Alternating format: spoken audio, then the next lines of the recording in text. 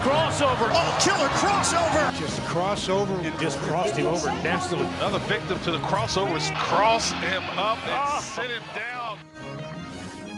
Crossover is brought to you by Everlow Concrete Repair in Omaha at everlowconcrete.com. Before we get started, before you get some flowers for last night. Why? What did I do? No, that's good. Creighton won. I'm aware. And people listening to the Nebraska broadcast were very aware that John Bishop was aware that Creighton had won. Is it really radiant? Yes. Heard it. Well, Bang. I mean, what am I supposed to do? Bang! What am I supposed to do? The man hadn't left the house in weeks. What am I? What are we supposed to do? No. Not be excited. I didn't say a word. No. We did not You should say. be excited. Yeah. Because I'm sure that if Nebraska would have won, the love that the two radio broadcasts have for each other, Ben would have made sure that he was heard in Omaha. Oh, He might not be heard in Omaha next year, It was. but that would have been the last time. Well, It was that's actually good point. It was incredible to hear the contrast of the two closing remarks because you could hear what the close was for you guys, and then Ben was just like, "And we'll wrap it up on the post-game show here on the Husker Sports Radio Network." Hey, are there any Big East teams that travel radio? Yeah. Xavier? Not like specifically radio, but like they have like an SID guy do some radio. I think I think UConn had that. Okay. I think UConn had that. I'd have to mention this because this was a late email because we're into oil money with the Saudis. Yeah, we're into it. Okay. We're a fan. So you're a fan? We're the radio. We had a long convo on the show today about the. You're a fan. About the Saudi. Matt blood would money? like Saudi private equity money to enter college football. Okay. Whoa, Pro That Saudi. is not true. Matt McMaster. That is not true at all. That's private equity money. That is not true at all. I brought up the idea of because our friend Heather Dinich brought up the bubble's gonna pop deal, right? Right. In college football. And I go, what would that look like if the bubble popped? And then I brought up the fact that, maybe you would have private equity money then enter themselves into this super league that they've created. And then you could even go as far as to say some private equitors would invest individually into teams and have control over the football programs like they do in the NFL. I just brought up that idea. That would be absolute ass. That is the path. Well, that is a path. Saudi prince sitting in a suite. I got a question for you. And I'm just throwing it out here. If your team started winning national championships and we're spending a ton of money and it was the best time ever, like if one team's gonna wave the white flag and say we don't care, we're gonna spend it. That's precisely the issue.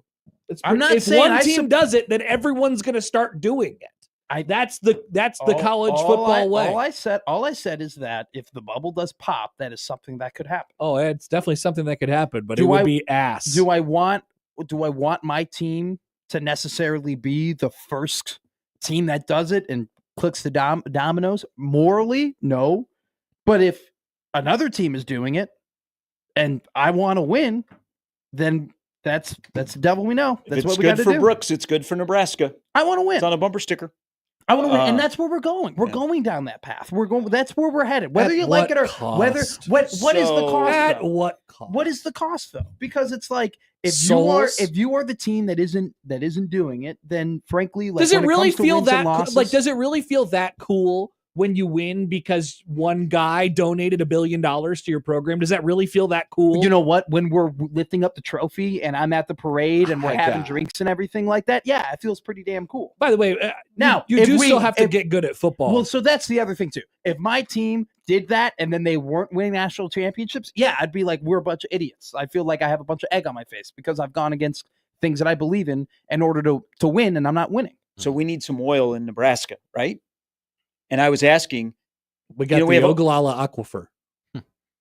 Yeah, what can we do with that? Well, we have all these wind turbines. We could do. So Dave says we got the zoo. There are oil well pump jacks in southeast Nebraska on Highway 75 south of Dawson, a few miles north of the Kansas-Nebraska state line. Yeah, there are. He said there's 8 to 10 of them on each side of the highway. Yeah, you start to see them right there. Yeah, watch out. And maybe we get some oil money in old Nebraska. Maybe we sell the zoo.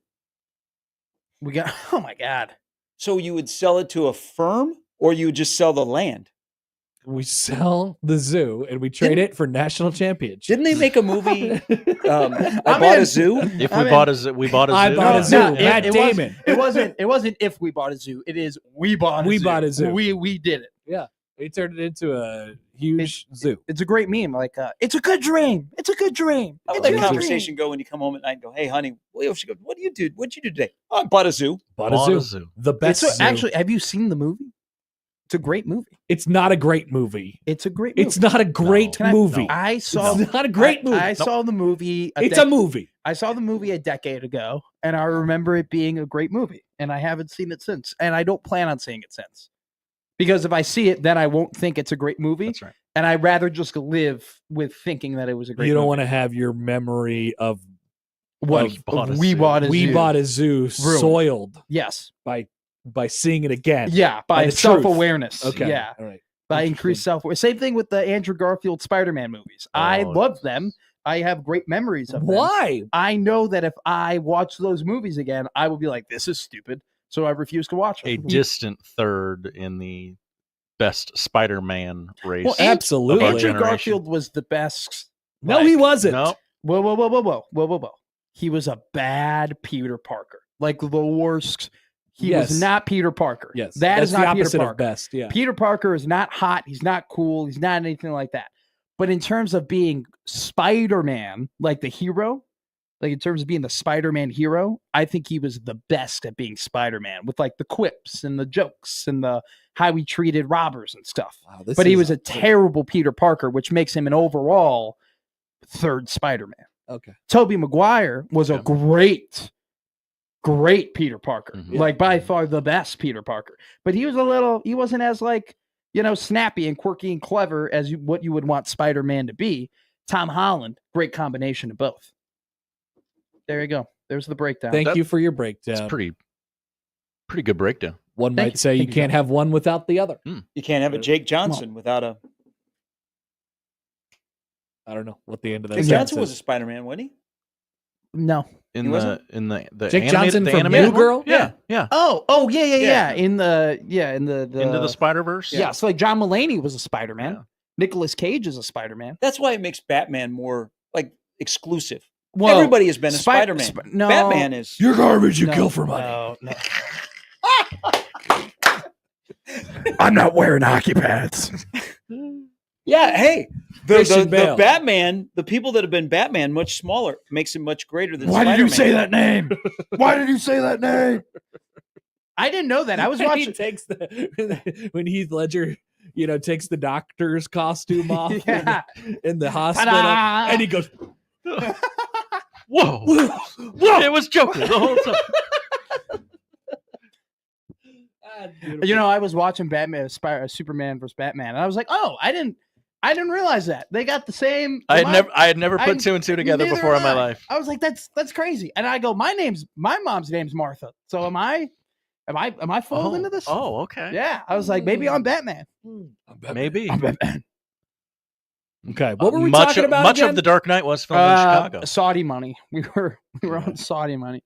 And we got to Batman's, but it actually is more exclusive to be a Spider-Man and like the real, like the in life, real action Spider-Man. It's more exclusive. There's only 3 of them that I can remember. There's like 5 or 6 Batmans. Batman. Mm-hmm. Affleck, Bale. Now you got Pattinson, and then Keaton, and then Clooney. Yeah, but look at that list. You just rattled off like HOFers. Kilmer West, R.I.P. Yeah. It's another one. But I'm just saying, in terms of exclusivity, they didn't have to do the stunts that Spider-Man had to do. Well, I don't think Garfield and Maguire are flipping. I think Holland does his own stunts, though. Are we all in that Tom Cruise does do his own stunts? Did you see him flying off that plane? They just say it so much that it makes me go. So that's why, like, a little, okay. We just overkill that Tom Cruise does all of his There's stunts. like a video of him from one of the last 40 Mission Impossible movies where he's hanging off of the side of a plane and it shows it side by side with the real thing. And he is on the side of a plane. So I think he's attached to the inside. Like he just has a tether on. Have you ever seen the 20-minute featurette about that stunt? Yeah, I've seen the one about climbing up on the building. It's the 20-minute featurette on that airplane stunt is one of the best videos that I've ever seen where they talk about how they had to worry about birds because if they were going at that speed and he was hanging out on the plane and a bird hit him, it would have impaled him. It would have killed him. Absolutely. So they had to it took them hours to do that shot because they had to wait until there were no birds. Clear the birds in the area, and then they Sully would go. wishes he could have done that. And then he had to wear birds. He had to wear What a move. Sorry, that is a real life event that happened. Keep going. But he had to wear contacts because when you're going at that speed and the wind is coming in your face. And so he was actually blind during that stunt because the contacts were so thick and so protective he couldn't see anything. Amazing. I think he does the big stunts. Okay. But he's 62, so there's some things okay, that's going to be a little rough on your knees. Maybe we don't do that one. Or we shoot it from this way. And did he climb up the Burj Khalifa? That's the one you're talking about, the building one. Yeah. That's that one. And then he does the one where he had to hold his breath for 10 minutes or an extended period of time. I don't know the I believe it. exact minute of time. I'm willing to go along with it. I believe it. No, he does do it. It's proven on, unless they're using the Mission Impossible mask to put it on a stuntman to make you think it's Tom Cruise. That's Tom Cruise. we know he loves to run. Well, so yes, that meme on TikTok was great. There was a challenge, run like Tom Cruise, and people were doing his weird form. It was great. Nick Grimm is in his office right now wearing his Paul Skeens jersey, and he is saying all the things that Batman could have done to just fix all of his problems. Go to therapy was one of them. And then also, if you just killed the Joker, then that would solve a lot of problems. Yeah. But that's the whole thing. Nick he doesn't kill. That's Nick the needs moral to read quandary. the Injustice comics, okay? Because we find out what happens when you kill the Joker, and that means that Superman turns bad. Also, too, I think Nick is failing to realize the fact that we all have a little bit of Batman in us, okay? And we just all there are certain things that he does that we can be man, you can relate to it. Batman's just a guy in a bat suit. No, he's the world's a greatest symbol detective. of doing what you fear the most in order to protect what morals you hold close dearly to your heart. He's always met with those moral conundrums, isn't he? He is a man that cannot get over Do a I save traumatic Maggie event. Gyllenhaal? Well, he got tricked. I don't think so. He got tricked. yeah, but he's with her. Yeah, but he didn't save her. Well, he didn't save her. Yeah. She died. She died. She did. But he didn't.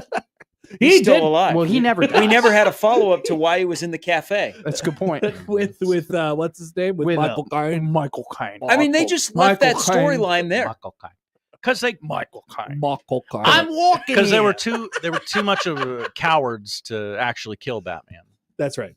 They did the whole Nightfall story, and then I don't know if we should kill Batman. He got away and started hanging out with Anne Hathaway. That's it. I know, but I want to know. There's got to be is he overseas? Did you see his X-rays? He's got no cartilage in his knee, and his back is broken. He's retired. He fell off the side of the gulag. Did you see? Did you see Ben Affleck? Wonder Woman had to pop his shoulder back in, after one of their fights. Batman's a human. When it finished, and because I saw that in the theater, I was like, WTF. So, what do we do now? You were mad? You were mad about it? Well, because you thought you should. I thought they were actually going to kill him. Yeah. Yes, and then he kind of died. But that's then the once they road go we to the were cafe, walking. and Michael Caine, okay, something. Michael Caine. You got to hit stop on your remote before they get to the cafe.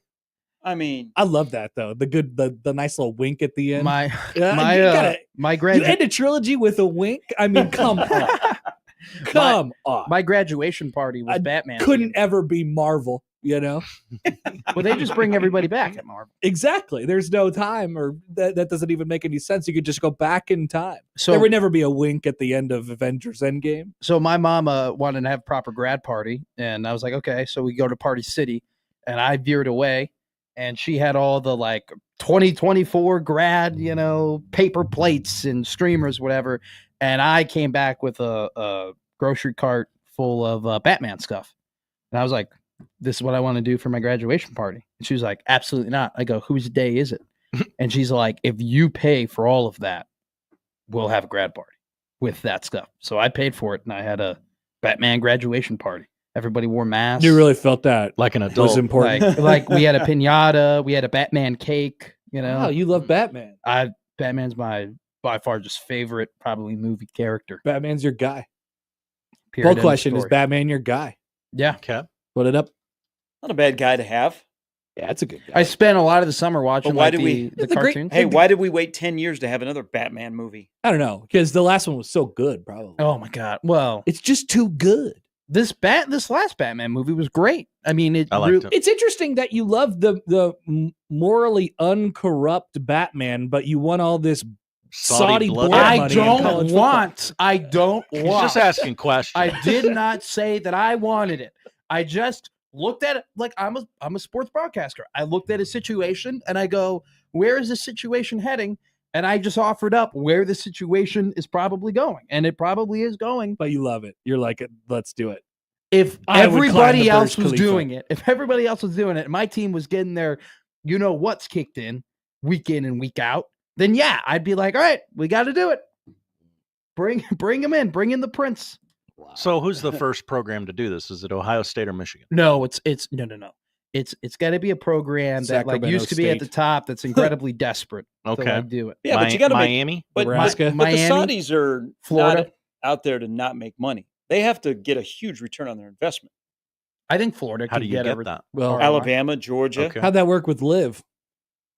Eh, Some things can be for profit. Some things can be for money laundering. Oh, that's, That's true. true. Oh my People god! forget about Hodson. money laundering. People forget about money laundering. do. People Yeah. forget about Often. the Live Tour until someone comes and plays in a major and like, hey, that's a Live guy. Yeah, Mhm. he's a Live tour. I And then I lived- stopped thinking about him Mhm. until the next major. until What if- Dustin Johnson gets invited to a major. But you know what? If I bet if a Live Tour stop was in Omaha, it would be well attended. You wouldn't even think twice because look at who their golfers are. Oh, good question. Where is the nearest Where is it? Where did They had Where they do had they the go? live playoffs at a municipal public golf course in Chicago. A Do they- muni? Do They had it at play a look at their Live Chicago. Look at Okay, the Live like golf you could schedule. go up there. I think it was the Ridgemore, not Ridgemore. It was like Highland Park A or lot of the these are Hoffman in Estates. Saudi It was some Arabia. sort of like course that you I could think play they were just right in now. Hong Kong. And they In play, June, they're in Virginia. but I'm saying previous events. Okay. Like previously, they No, were I in wanna see- Chicago. I want to see where they end up here. Dallas, Bolingbrook Spain. and Bolingbrook, Yeah, Chicago. Bolingbrook they Golf were course. they were in the Bolingbrook Golf Course. And let me tell you something right now. The advertising that they bought for that event, I mean, they But nobody went though. didn't work. Of course it didn't. What makes you think it's going to work in Omaha? Well, it's football. We're talking Oh, golf. now hold on. Omaha is a city where if you just do something, people will show up. Yeah, but like, we like showing up to things. God, that's so true, Josh. But like, hold on. It is. But it would do be we- better attended here than Like, elsewhere. Do we like- want to send the message that No, we we do not. support Live Golf? We do not. No, Okay. but if you sell cheap enough, items and apparel and food and whatnot, people will show up. But and look watch at them who golf. you'd be going to see if all the stars on the Live Tour Yeah. actually were in Omaha. I mean, they do have names: Rahm, Kepka, DeChambeau. Yeah, but they don't Sergio play Garcia, golf. What are they even Joaquin, doing? Dustin Johnson. They play golf. Are They play golf. They're playing like trick shots. Do they still No. play teams? They They hit do 9 teams. irons through little hula I- hoops hanging in the sky. What are they doing? No, stop it. They do. It's like Mario They Golf got, out They got a. Nice shot. They show up and they turn Eagle Run into a miniature golf course. Yeah, Hell I yeah. think they just do that, right? No, they played actual golf. Someone won a live event that was a big name. Just this. You know, when you're past playing in a week. scramble, you hit a tee shot through a hula hoop, you get a free club. That's what they do. That's what Live Golf They're is. Actually, now they do like the team events. and Why they are you do the defending Live standings Golf and, so like, much? They They have do. it closest to the pin. I'm You a just range telling you goats that guy? I'm just telling you that it actually is a golf like organization that puts together events, and that if they were to do Live Golf in Omaha, I would go. I go. would, because it's the best golf. Some of the best golfers in the world. All right. So last weekend they were in Korea. Yeah, and South, DeChambeau. to be fair, South Korea. Next, then they don't play another event for a month. Yeah. Classic, because they never play golf. Yes, And well, it is in DC. I'm just saying when they play golf, they play golf. And They're then not doing a putt in another contest. 3 weeks after that, they're in Dallas. No, it's And then another absolutely- 3 weeks after that, they're in Spain. Well, that's the only They're- time the CW is open. They got reruns of Supernatural to show instead. I'm Draws not better saying, ratings. This PGA Championship's next week, but this isn't and then like the U.S. Open is probably before their Dallas. Yeah. stop. But they still don't play every week. No, No, they don't. There's only one No. back-to-back week on here. No, they are not a well-run organization by any means, and they've absolutely invested in golf. But that's golf. We're having a whole other convo about football. Football's football. Now back to your theory that if you just hold an event in Omaha, people will just show up. Yeah, it's interesting, isn't it? What about it? Where am I wrong? I don't know, man. I don't think he might I be think right. you're onto something here. He might be right. Well, we talked about a potential event that could have happened in Omaha, which was the MLB draft, in which we all agree that nobody gives a damn about the MLB draft. But if it were here in Omaha, if you opened it up, people would. If you made it a big deal here in Omaha, how many people would go? I would go. Remember that fun of that? We were going to have a lead into the College World Series. Yeah, for this 3 is being days. brought back up again now. I think you'd have to do like a concert at the end of it. No, probably not. What if you got? What if that we got a D-list country artist? No. I got the perfect band for it. OAR. Yes. And then town. they sing "This Town." Da, da, da, Hey. da, da. Is that What the a biggest- song. is that the biggest Speaking of small an town Omaha song, Counting Crows. Get 'em both. I know what you were doing last night. Hey, man, it's just it's sometimes you tweet and How were the replies? bad. I mean, did you delete? Surely no. I did not. Did you double down? I did not delete. Well, that was the double down tweet because I took a picture from the press box. They were taking their team picture, and I said, which to be fair, Nebraska did when they were here. they love saying crap like "winners win." And I'm like, this is stupid. I'm going to make fun of this. Is the thumbs down a Nebraska thing or a Creighton thing? It's a Garrett Langrel thing. Okay. It's a Garrett Langrel thing. I didn't think it was a targeted. No, he Nebraska. did it to UConn too. He does it. Sometimes. That's good to clarify it. Yeah. Then did UConn respond with a corn tweet? Yeah. Wait, did you delete? We had nice corn and I deleted nothing, Matt McMaster. Did you delete? There's only one comment though. On what? On the The Omaha Counting tweet? Crows, yeah. No, to go to the tweet. Go to before the other that. one. Yeah. Oh Lord! STFU Connor, top comment, 34 likes on it. Yeah. Whoa. Connor, a true J-ster. How Creighton was- trash talk tonight. Husker football talk tomorrow to keep his followers. This You is my fraud. favorite one. Did you do some muting last night? No, I I just like- drove home. I like this tweet. Mitch Carey's locked on. FYI. That was the best. That was a good one. That's good. That's a Mitch good one. Carey's locked on. Hey, I told Mitch about that one this morning. Hey, at Mike Schaefer, please slap him when you're in the exit of the press box. I did see Mike Schaefer last night. Let's play basketball. Let's play basketball. Someone tweeted. Yeah, interesting. Wow, there's a lot. There's a lot of Lord. There's the one, Josh, if you're scrolling down, the one from the big Nebraska guy. Yes, I just read that What's one. that one Yeah, say? we can't read that one on No, the we What's radio. it say? Now Connor will blank our third string tackle tomorrow morning live on air and act like nothing happened. I will what? Our You- third string tackle? Now Connor will. Oh God! No, I will not. Yeah. I will not be doing that. He doesn't even know who our third string tackle is. Yeah. No, but I don't think there is one. There's enough tackles. So Does Nebraska have an O-line? God, Hood should have never left. Where's He would have had a nice Where's surprise coming. Apparently, man Grant Segrin? Dang it. he left. He left. So there's a question that came up about That reminded you of something? Nebraska. Okay. This was shared by our good friend Huskers X's and O's. Mm. So Tim Miles is on a tweet where he was in San Jose and saw a California license plate of a truck Yeah, that has the Nebraska frame on he it. did a GBR. Yes. Yeah. Liked by the fan base, like odd. Why is it basketball that we like our fired coaches that are not named Barry Collier? But a guy who I think would love to still be here, We but always was not allowed to stay here. we always liked Tim as a person. yes. We always enjoyed the personality. I think, but just didn't win enough, I guess. But now it's easy to say that too because the athletic director that fired him, I mean, he's long gone. Yeah. And but I don't think anybody is like, "Wait, I wish we should have kept Tim." No. Nobody's Maybe a that. couple, Maybe- but not Maybe. maybe. Yeah, I mean, certainly more Well, of that like 3 years ago when Hoiberg more of the was people who want to be on a staff. winning 4 games a year. That's not the case Is anymore. Miles' popularity post firing close to Doc Sadler's? Ooh. I think it is. I would cautiously subscribe to that theory. I think I can make the case actually I that mean, it's were there- more so. Were there people clamoring, being like, "Oh my God, Doc was? Why did we do that to Doc?" Or It's No, it's like, not that I they want him never back. got- You It's could that make a they case- liked him. Yeah. You could make a case that Well, Tim could have gotten an extra year. I don't think with Sure. Doc, you were like, eh. Well, Right. everybody that I've ever talked to about Doc Sadler has always been, I love Doc. Literally. Like And you I've should. talked to multiple. He's one of the greatest characters of all time. You know in what Doc? sports. Yeah, you know what Doc would say to that? What? I love Mountain Dew. No big I deal. mean, I've talked to Baseline to baseline. like multiple people who personally know him, and every time like we talk, like he gets brought up, they're like, he is one of the best guys ever. Period. End of story. Which I think is, especially when he was fired. He was let one of the go. best guys. And people are still saying that about him. I think that speaks volumes. Well, I don't they're think. good. Like both Doc and Tim and Frank are good people. Yeah. Like Frank Solich is the most popular fired Nebraska athletic coach ever. Yes. Yeah. I mean, they're not even a debate. No.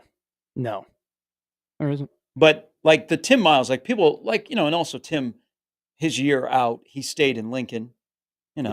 His kid finished Jumped high on school. a couple podcasts. That's right. He did, but has he ever talked to any local media? Yeah.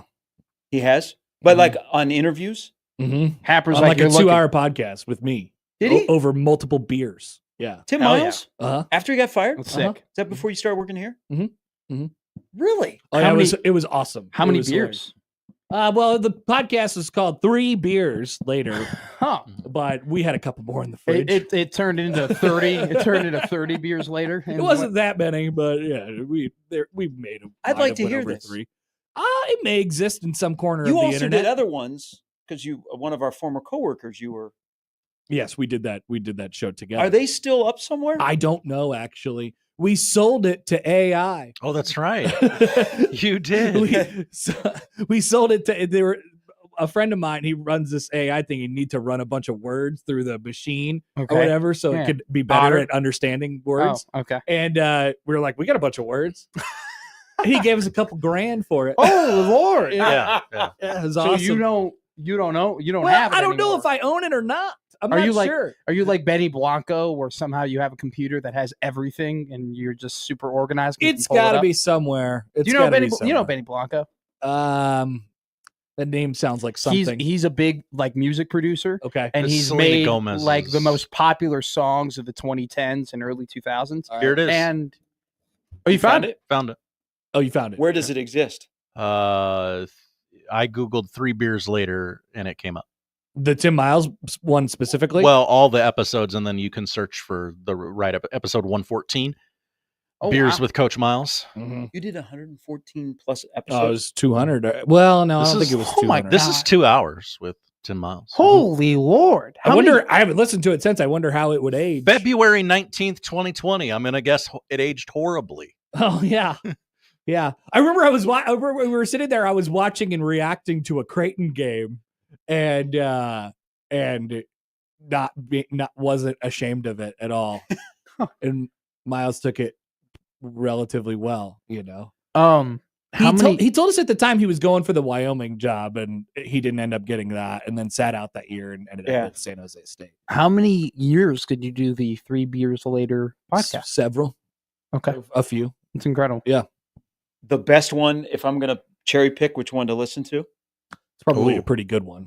Do you get a little kickback if Any people s- click on this? Any Sipple appearance? I don't think so. I think those days are over. Okay. Was okay. the simple appearances 3 margaritas later, or was it? So he made You got to do this with Mars. he was Yeah. talking about his We got to be ability- careful here because if we do it with Mark, it's going to be 2. he was talking about his ability to make margaritas, and Yeah. he was actually not good at making margaritas. The Marg man. Classic that's what Sipple. he is. That man, he must not get hangovers. I think you need to have like an anniversary episode. Like Okay, Little hard revisit right some now. of your favorite guests. okay. Yeah, we can. We can do one together. We can call it 12 beers later. Do it on a Tuesday night. I'm down to drink beers and do pods. I love talking into microphones. Hot take. I love talking into microphones. I can't stop. I do it all the day. We every all day. get All a the chance to do it days. during the fall Yeah. in Big Red Overreaction. That's Interesting right. that That's right. You're all classified as 4 and out the door types, yet are always talking into microphones. I'm not. I'm 4.5 and out the door. In 5 minutes. Yeah, in 5 minutes. I do Yeah. 5 minutes and half an hour. Then I'm gone. But on Tuesdays and Thursdays, Okay, well, Tuesdays and Thursdays. Yeah. But All right. Monday, Wednesday, Fridays. Well, you guys enjoy the rest of your day. You enjoy. I'm looking forward to the discussion about the third string offensive tackle and what you will do to him. I have no plans to do anything to whoever Tyler that is. Kanak. I think No, he's like the first string. Yeah, I think. I know. Yeah. All right. See you guys. That's the crossover powered by Everlevel Concrete Repair in Omaha at everlevelconcrete.com. It is Wednesday. We'll start things off next. That's the crossover. The Connor Happer Show is next on 1620 The Zone.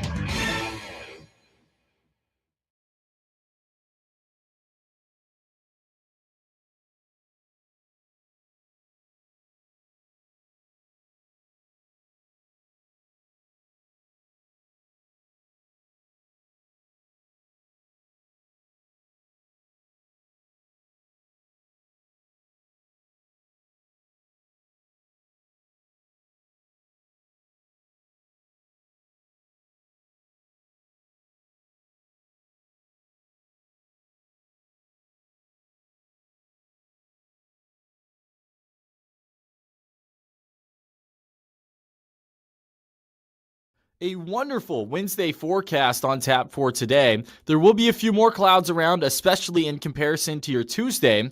But for your Wednesday afternoon, we'll still get high temperatures up into the middle 70s outside, a little breeze around, but not much. And then late evening, say after 9, 10 o'clock, a very small shower chance.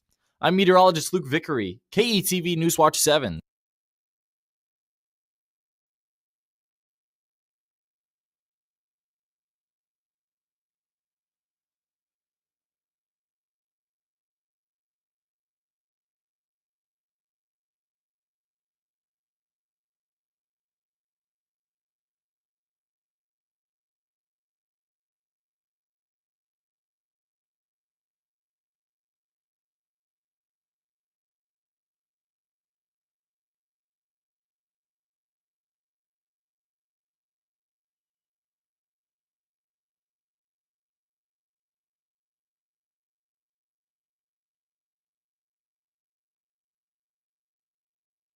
It's almost Mother's Day, and you can now get anything you need delivered with Uber Eats. Well, almost anything. So no, you can't order a relaxing shower, but some beautiful flowers, you bet we deliver those. A bird bath? No. A bath bomb? Absolutely. It's no to a chocolate lab, but yes to some chocolate truffles. So whether it's a last-minute gift for Mother's Day, fresh groceries, or food from your favorite restaurants, get it delivered today with Uber Eats. Order now. Product availability varies by region. See app for details.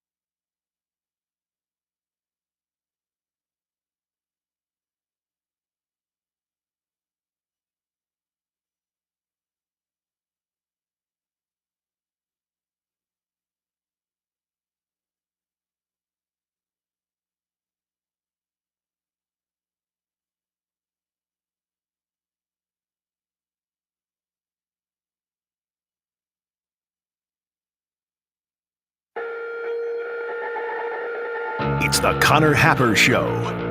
Are we sure we want to do this? Could you, make an announcement that we're ready? It's the Connor Happer Show on 1620 The Zone.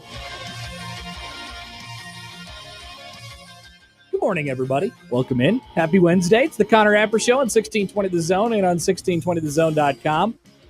Connor Happer, Josh Hodson with you. Hi, everybody. Hello. So what is it? What are we supposed to do today? Armpit farts? Armpit farts. That's what Ryan said. We could do a whole segment of armpit farts. Yeah, I could do that. You That's don't a tweet think we from- can? At Bleed Red 24/7. What do you think that team, which team that guy likes? So got some responses. We'll go through them today on the show. There was a night of baseball last night. But Jordan writes in on the JTech Construction Zone Twitter feed. Hi, Jordan. In response to Nebraska basketball getting commitment from a tall Icelandic man, says, I think this will take about 4 hours to talk about. Don't need to talk about anything else that happened in the last 24 hours. We'll see. We'll see. We all digest the last 24 hours in very different ways. Clearly. Some of you will get really into Icelandic basketball. Hey, check it out. There's a list that came up. All right. Robin Washut will join us in a couple minutes. It's perfect time. We'll talk about that tall Icelandic man. Mitch Sherman won't join us until the 1 o'clock hour. Oh, my goodness. 1 o'clock, Josh. I didn't know. 1 o'clock. There he is right there. That's the lineup powered by the referees at John Higgins Weather Guard. We want to hear from you all, 402-951-1620 on the Prairie Flower Casino Zone Hotline. You can call or text that number. Tweet at Happer Show at Connor Happer. On the JTech Construction Zone Twitter feed, email Connor or Josh Show at 1620thezone.com. On the Equitable Bank Zone inbox. And, of course, we say good morning to the YouTube streamers today, talking about whatever they're talking about, including David, who writes in, this just in, the White Sox are really bad. Yes. Just in case you had thought, like, okay, maybe the Rockies have overtaken the White Sox for, like, worst team in the league. We'll highlight the Chicago White Sox today on the show, as you can imagine. Elsewhere, yes, we will talk about that baseball game last night. Ping. Yeah, ping indeed, Josh. Ping indeed. Imagine never throwing a strike.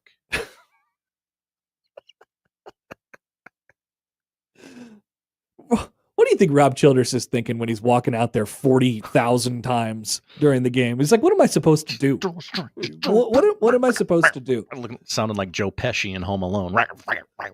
Taylor Lewan checks in with a take that has triggered people. Okay. So that's good.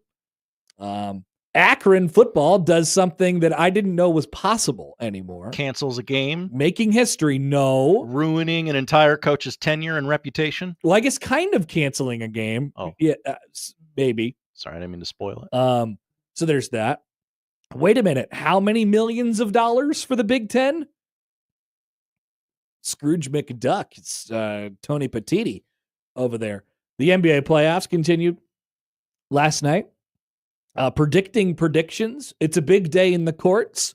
I've received an airport update from the airport, Josh. Wow, they update you individually now. Well, they send me an email. I assume it's individual. That's how dialed in you are. Like, this guy loves our airport. We better talk to him. I'm telling directly. you, if all this doesn't get me a walk around of the airport when they're actually done with this thing, I'm going to be pissed. Because I talk about this a lot. It's one of the only things I care about, actually. I talk about the airport more than any other local radio host talks about the airport. I should be invited to the airport grand opening whenever that is. I mean, it's you or the Grow Omaha boys. If I don't get a hard hat and the ability to walk through that place and have some random executive tell me about all the features of it, what has this all been about? I need a photo op of you and guys in suits, no jacket, right, wearing a hard hat. Yeah. That's what this is all about. In case you're wondering why Connor talks about the airport so much. We're angling for something, of course.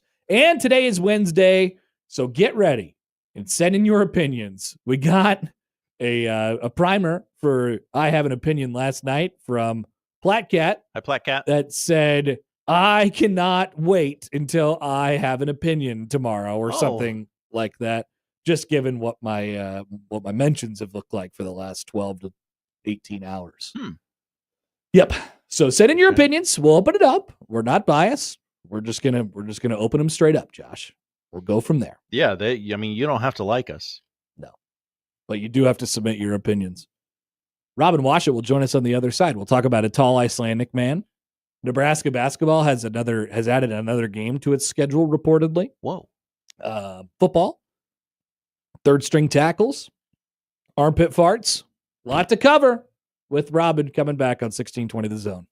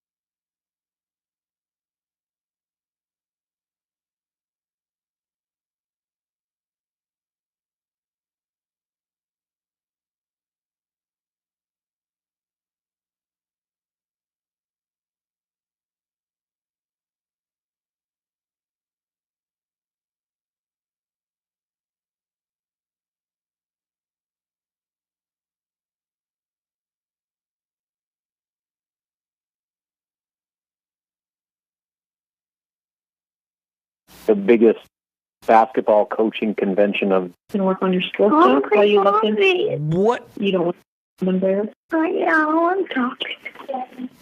What is going on? Robin, are you okay? Robin Washut. Are your kids near you, or what just happened? Husker Online. I took a lot of preparation to make this thing a flawless interview, and clearly I still can't avoid it. Robin Washut, Husker Online. Maybe it was aliens. Maybe it was a phenomenon that we can't explain. The Connor Happer Show on 1620 The Zone. All right, we're joined now on the Prairie Flower, Casino Zone hotline by Robin Washut. HuskerOnline.com. Hi, Robin. What's up? All right, so Leo Curtis is what we're calling him, but his full name is something much more Icelandic, yes? Friedrich. It's not quite as comprehensive as Thorir Thorbjarnarsson, right? No, not quite. This, of all the international transfer names to come in, this is the most Kent Pavelka friendly I could possibly imagine. Yeah, so you already got Berke Buketengel, Rinkmast is in there, Ugnius Gerasivusius,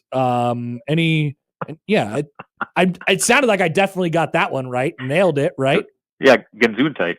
Thank you very much. So yeah, we're gonna have some nicknames getting thrown out there next year for Nebraska basketball. Yep, and good thing is Nebraska fans are used to that, and for the most part, they all have pretty established nicknames like Oogie and Rink and Berke and Leo. So I mean, like, all things considered, it's pretty easy when you look at it that way. Are they full? What are we doing next on the roster for Nebraska basketball? So it's interesting because, like, with this pending House settlement ruling that could have come as soon as tonight, and the whole grandfather situation where walk-ons could potentially stick on for another year without counting against the roster limit, that applies for basketball as well. So while the presumption was they were going to have a hard cap 15-man roster, now it sounds like, just like with football, if this ruling goes through and the grandfather clauses are allowed, it'll be up to the schools to carry as many guys as they see fit. So I guess from a numbers standpoint, right now, Leo Curtis would be Nebraska's 16th guy currently on the roster. But if this ruling goes through, Nebraska won't have to cut anybody loose to get back to 15.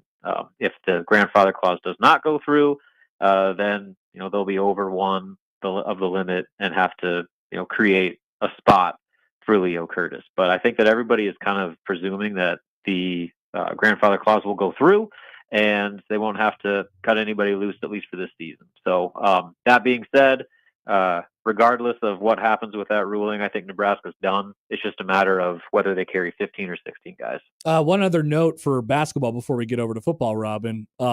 Schedule? You got some news for us regarding what they're going to do for that one-off game? It seems like the Sioux Falls thing has been a pretty big hit. Sounds like Nebraska has an opponent lined up. Yeah, and I put that out there a while back that Oklahoma was the likely team that they were going to face, and it still hasn't officially been announced, but when the Rothstein machine puts it out there, that basically solidifies it. So yeah, as we expected, Nebraska should, I guess 99% should face Oklahoma and Sioux Falls, and I would expect that game, not playing Sioux Falls, to continue to be a fixture on Nebraska's non-conference schedule. It just makes too much sense. And really the only reason they wouldn't do it is because they can't find an opponent. And, they were able to not just get an opponent, but, another power conference school that has some old, Big 8, Big 12 ties. So it makes a lot of sense.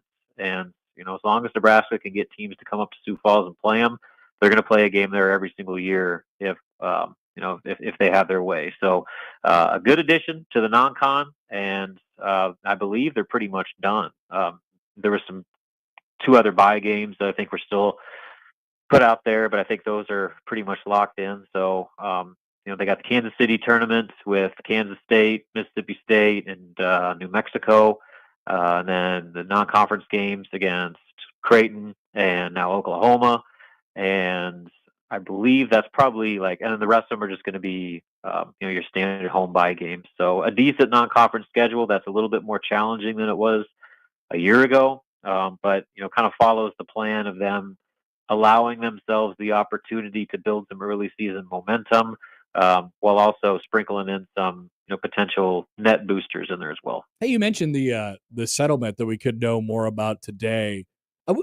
We oftentimes talk about it from a football perspective. What is the basketball coaching side? What's their reaction to all this? And Nebraska promoted Luca Virgilio to the GM spot. Like, that's a move for the kind of future that makes a lot of sense for Nebraska. But as far as where their heads are at when all this comes down, is it more reactive, or how proactive has Nebraska basketball been getting ready for what's coming next? Yeah, I mean, I think you try to do what you can. I guess the reality is that at a place like Nebraska, how football is going to manage all this is kind of taking priority, which, I think, you see some other schools that maybe be a little bit more basketball focused at the moment, going a little bit above and beyond just promoting internally for that GM spot. But for where Nebraska is and kind of what they needed in that position, I think it's a no-brainer move to promote Luca. He's basically going to do all the same things he was doing anyway. Now he just, gets a better check out of the deal. So, from scheduling, from roster management, the big new addition to his plate will be just the salary cap management and, making sure that everything is, by the book that way going forward. But Nebraska's doing what it can, and I know that was a change from even a few months ago when Fred Hoiberg kind of made it seem like he was comfortable handling the bulk of those GM duties just because he has experience doing that at the NBA level, and a lot of the same agents that he was talking to now are the same guys that he talked to while he was in the NBA. So I think he felt that he could handle that, but I always thought it made no sense for him to try to do all that as well as run a basketball team. Yeah. So promoting Luca made a ton of sense. And, again, I think this is just Nebraska doing what it can to stay as close to the forefront as possible with these, this landscape that changes more and more by the day. We are into the football summer now, the football off season. I've seen a lot of people sort of, as we get into this portion where it's like, all right, here's the range, here's what I think could happen in terms of wins and losses. It's almost like, and we'll talk about this later, it's almost like predicting predictions, right? What's going to be the consensus? Robin, as you feel it out right now and being up close with the team this spring and filling out the fan base, what do you like? Where would you kind of start when you begin the conversation of what this season could look like from a record perspective for the football team? I mean, starts with the opener. Like, that Cincinnati game is kind of the first domino of where this thing can go. And we talk about it all the time, the importance of early season momentum and just what that can do to change how you view the back half of the schedule, the grind of November and all those things. If you're sitting there in a good spot, by the end of October, suddenly, that grind, which Nebraska has a grind this season come November, suddenly looks a little different than if you're trying to make up ground going into that stretch. So I always say the first few games are so critical because of the tone that they set. If you go down to Arrowhead and it's an awesome atmosphere with Husker fans taking over an NFL stadium and you beat Cincinnati, get off to 1-0, take care of business in your bye games, and then you're going into Michigan 3-0 with all the hype that's going to go around that one, opportunity abound for this thing to really get rolling early. And we've seen it over the years when teams get hot, expectations start to rise each and every week. Where Indiana last year, a few years ago, Minnesota, Yep. They had a 10-win season. They just kind of stumbled their way to wins. And then suddenly they started playing with a bunch of confidence and, they had one of their best seasons under PJ Fleck. So that's where it starts for me. You could talk about how important those November games are going to be, and they're huge, especially for Nebraska to do what they want to do this season. But for those to carry the meaning that they potentially could carry, it starts in September. And those first few games, Cincinnati, and then on into Michigan, carry so much value for me, just to making sure Nebraska gets hot and stays hot. Yep, no doubt about it. All right, Robin, plenty of time to talk about that this summer. No doubt Yes, about sir. it. Thanks for joining. As always, enjoy the rest of your day. You too. Talk to you later. Robin Washut from HuskerOnline.com. Yeah, that's going to be a topic for a little bit later on in the show. I saw Chattel wrote something in his column of like basically predicting what people are going to predict. Okay. Yeah. Predicting predictions. I like that. I like that as sort of a thought. And he said a number that I thought was sort of interesting. And I want to try and get some more information. I'm going to farm out some more information from you all today on this show. Don't forget, I have an opinion coming up in an hour. We'll come back. We'll talk about the baseball last night. Oh, I know. People are very triggered on the internet. Consider this your trigger warning, snowflakes. 1620 The Zone.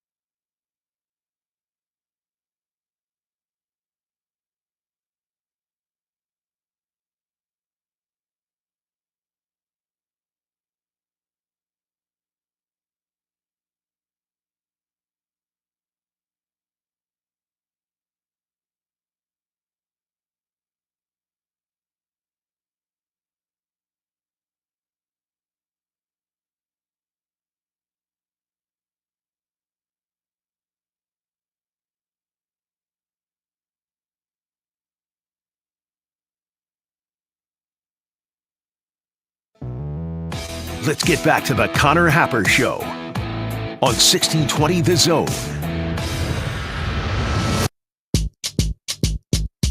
All right, welcome back. 11 o'clock hour of the Connor Happer Show. You're on 1620 The Zone and on 1620thezone.com. Before you all get mad at me, I'd like to deliver you some good news. About time you deliver us some good news, Happer. 1620 The Zone wants to send you to Las Vegas to see Kenny Chesney. I know him. Many people do. Many people do. The show is Saturday, June 14th at The Sphere. The Sphere? I've seen that on TV. I know The Sphere. It's really as simple as that. We just want to do a good thing for you guys. So if you win, you get a pair of tickets to the show, paid airfare to Vegas, and a stay at the Luxor Casino and Hotel. Enter to win right now, 1620thezone.com. And important to note that you must be 21 years old at least to enter. You can be older. That's it. That's really all it is. Mm-hmm. We want to send you to go to the Kenny Chesney concert. You can't be as young as that kid at the Major League Baseball game a couple nights ago drinking the beer. I saw that while you were talking to Robin.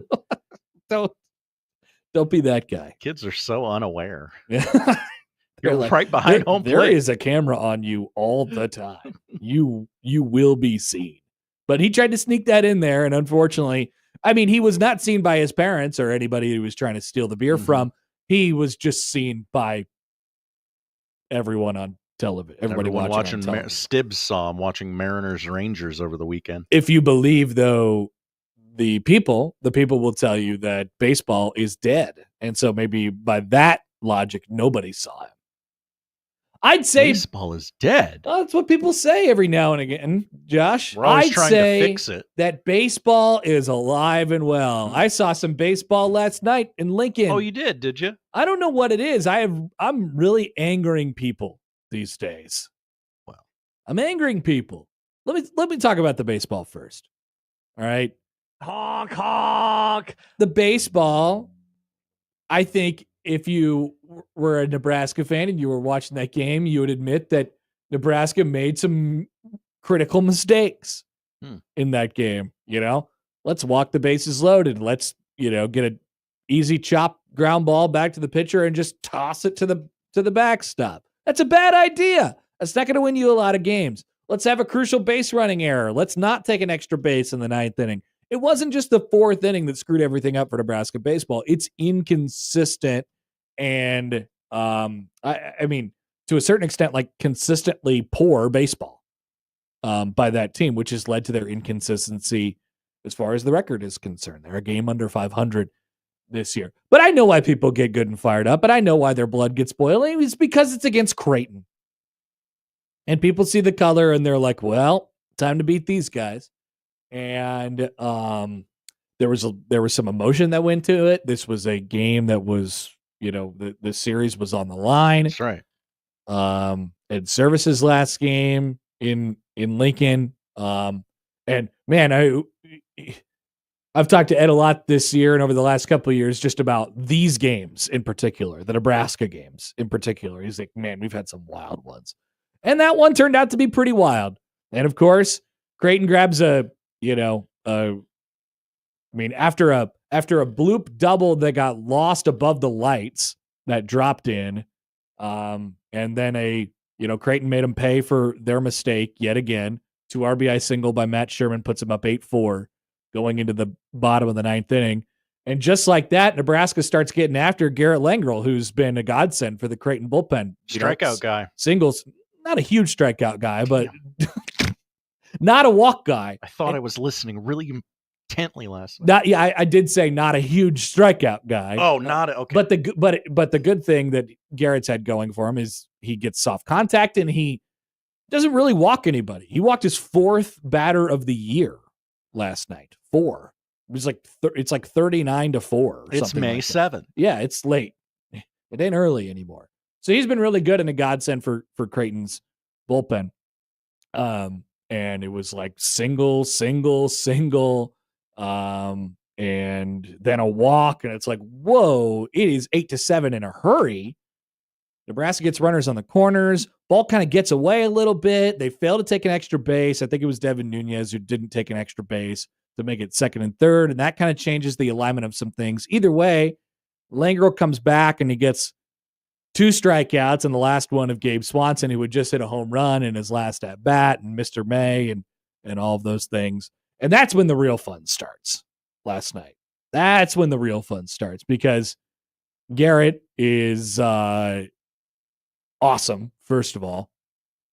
Honk, honk. But, yeah, go ahead. Sure, that's great. Honk, honk. I think he's awesome. I think Nebraska fans will probably think he is not awesome because, he's got he's got long hair. He marches to the beat of his own drum, and he is confident. He's got swag, and even when it is a disaster unfolding in front of him, he has the composure to kind of, bear down and get a couple strikeouts.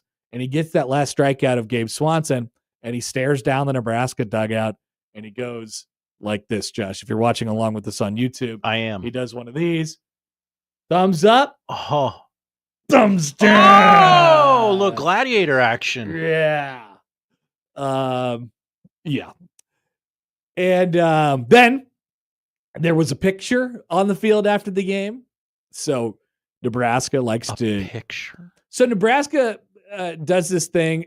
I don't know where it originated. Somebody else could help me out with that. But Nebraska takes a picture after every win they have on the field. They take a team picture. And this is a tradition that's gone on for a couple of years now, if I remember right. They take a picture. And so Creighton doesn't do that. Not that is better or worse, but they did do it last night. And in the picture, everybody was posed for it doing this, the thumbs down. Yeah. That means death. Well, only on Gladiator. I don't. It okay. meant strikeout or win or loss in that situation. And so, I added on some fun, Josh. Oh no! I took a picture of the team picture that was being posed. A picture of the team picture that was being posed from my perch in the press box. And I said, what do they say? Winners win, right? Nebraska does this thing where they say winners win. You monster! I don't think that people understand that I do radio for the Creighton baseball team, and I'm very proud of it. And no, I don't know that anybody knows that when they jump into the old mentions there, because I got absolutely smacked around in my own mentions last night. Should we go through a few of them, Josh? Yeah, definitely. All right, that's good content. So let's start with my dear friend Josh from Triple B Printing. STFU, what does that mean? Probably a misspelling of something. Okay. It was all in caps. I thought it meant something. Josh, you owe me a shirt, by the way. Ruler of Husker Nation, verified. Mitch carries Locked On, FYI, which I thought was great. Still my favorite, I think. Brett in Minnesota, also verified. Connor, spelled wrong, a true J-sker. Creighton trash talk tonight, Husker football talk tomorrow to keep his followers. You've been on record as caring about your follower count desperately. Yeah, I don't think the follower count and the radio show really actually have anything to do with each other from my experience. Level Umbrella, also verified. I'm getting to the verified ones first. I'm sorry, what? Level umbrella emoji. Level umbrella emoji. What does that mean? And then verified. Hoops score, ? Bleeping losers. Now he does have his profile pic is Jason Tatum. So that automatically makes him cool in Josh's world. That's right. And then man, woman, and corn emoji, man, woman, and child corn emoji at Big Red N98. A screenshot of the show from Twitter. You gotta pare these names down. They're too long. Why didn't you go get in the team photo? Pretty self-explanatory.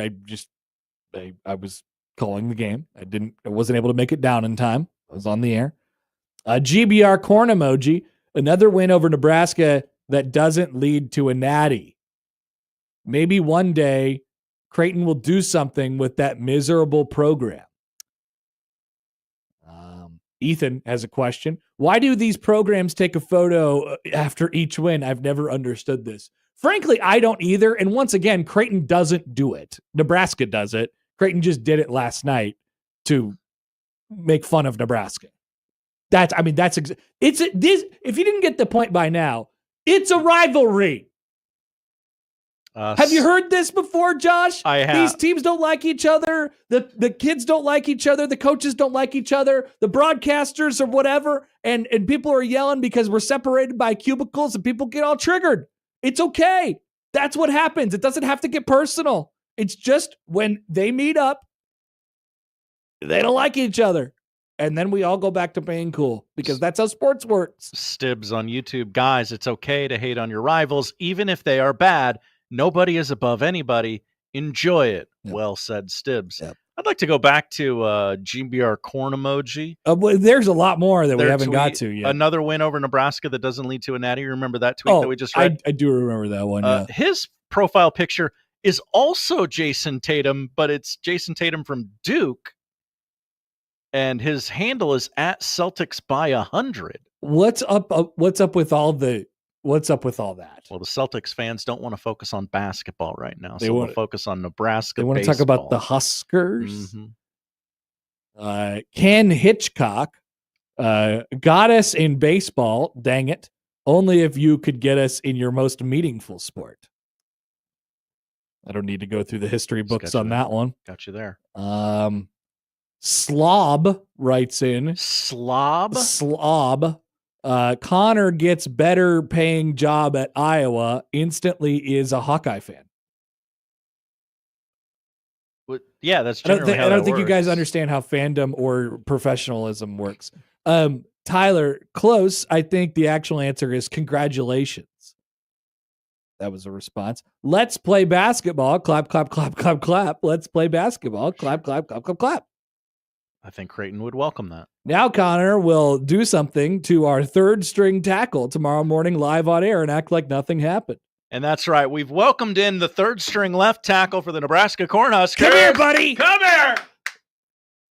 Connor, you encompass the pugnacious, entitled preppiness of the average Creighton fan pretty well. Thank you. Pugnacious? I don't even know what that means. Is that a word? Good poll if that's a word. And oh my yet, gosh, it's a word. 97.6% of America has no idea where Creighton even is. Take Husker content from your show. You'll just be sitting there making fart noises with your armpit because you have no other content. I wish any of these people would learn how to type into their computers or phones as well. Well, it's all voice. It's all voice to text. There's just now. spaces in ridiculous places, no punctuation, and everything is spelled wrong. A request for Mike Schaefer to slap me. I would click that link. Let's see. You really triggered Husker fans with this one. Haha. This is why your stupid little podcast gets no views. Waste of time. And keep this bleep off my timeline. Josh, thoughts about the mentions? People get really, really, really, really triggered about this. So just, we've said it before, I'll say it again.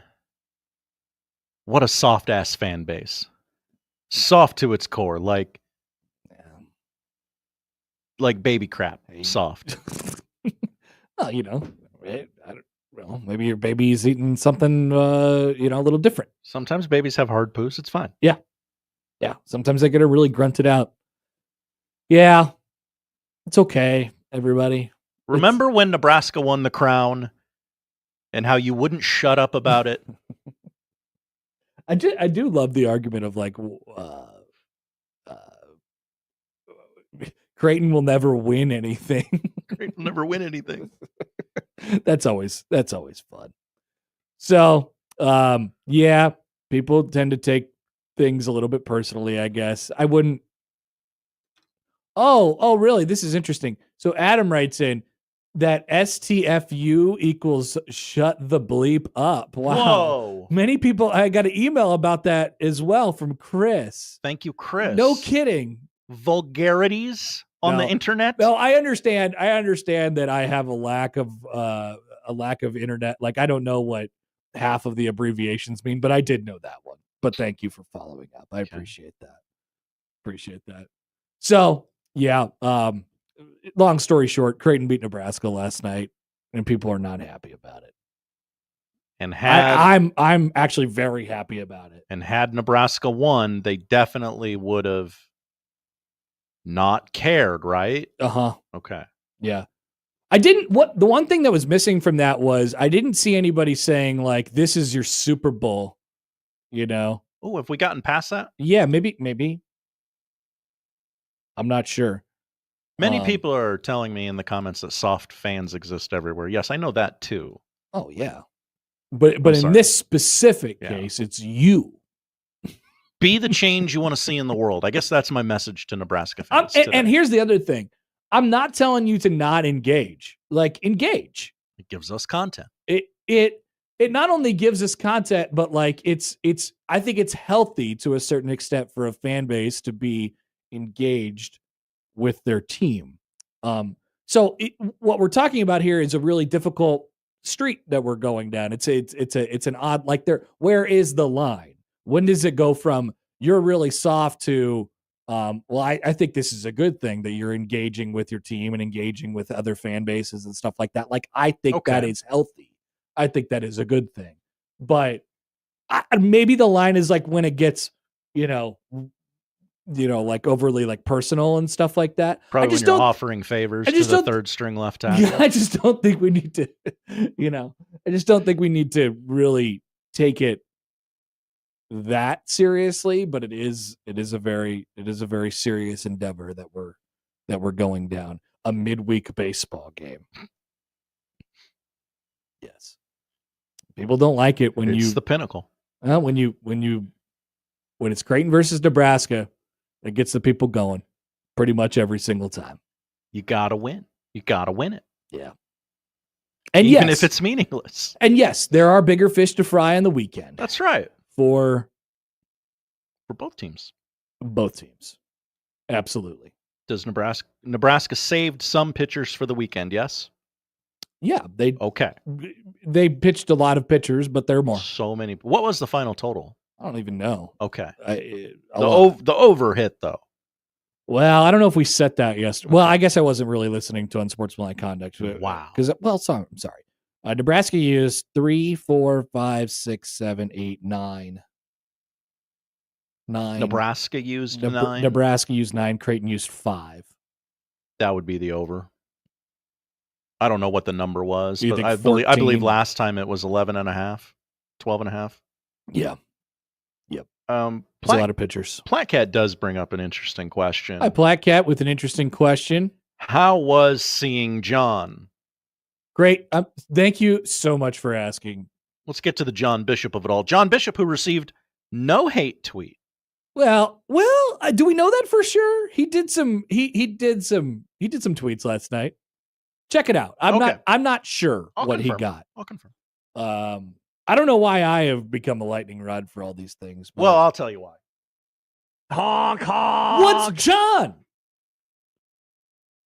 What's John? We knew. He's old honk. You're new honk. You're not going to stop me from honking, okay? Incredible to see my dear friend John Bishop and broadcast partner John Bishop last night. He has a beard. He was genuinely happy to be there. We often talk about how John is the father, the dad of 1620 The Zone. And, coming with that idea, sometimes John doesn't you'll get like a one-word text from John, or he doesn't show his like appreciation outwardly. That's just how he sort of does things. But genuinely happy to be there last night, and said so many times on the broadcast. He said it on Twitter. Look at this. It was so good to share the booth with you again, Connor. Made me feel normal for 3 or 4 hours. It felt awesome. He has a beard. We talked about Cracker Jacks. You opened a bag for him? I opened a bag of Cracker Jacks for him. He had to have a chauffeur up to, we had to get him some stuff and things like that. I felt bad for him because he's trying to, pull out all these stats and do a whole bunch of different things that he would normally use 2 hands for, but he could only use one, and it was hard. It was an adjustment. What was he? He was trying to look up last night, the last time Creighton won a game without striking out an opposing batter. That's right. We never hard stat to find in general, but he had to find it with one hand. We never got to the end of that rainbow until Matt DeMarinis came in and helped out. He had 2 working hands back at home. Or maybe he was in the press box. I'm not sure. I think he was watching from home. It was great to see John, and I can't wait to see John this weekend. And I hope people will join us at the ballpark this weekend. Please. More baseball? More baseball. With John Bishop? Yes. Okay. If you think you like baseball, which I think you do, I do. It's time to join us at the ballpark this weekend because there's a lot on the line. A lot on the line. And if you're a Nebraska fan, go join them at the ballpark this weekend too. Because there's a lot on the line in their games as well. It really came through how happy John was to be, I'm going to guess, just out of the house, but also in that booth last night. Helpful. Yeah. Katie writes in. Hi, Katie. KD. KD. Okay. Josh out here getting everyone triggered again by calling them doo-doo soft. Absolutely hysterical. Look, I don't prep out every single word I'm going to say. Sometimes you just wind up calling a fan base baby doo-doo soft. I liked it. I didn't blink at it whatsoever. Imagine scripting out every word you're going to say. Oh, nice. Old man Doug writes in on Hi, old man Doug. What could you possibly have to say on this issue? What is Ed Service's record against Nebraska? Go Jays. I believe, so I did the count yesterday. I believe the final record is going to end up being 26-31. That's a losing record, It Connor. is, but they won a lot over the last 5 years. 13 of the last 16. Yeah, each of the last 6 in Lincoln.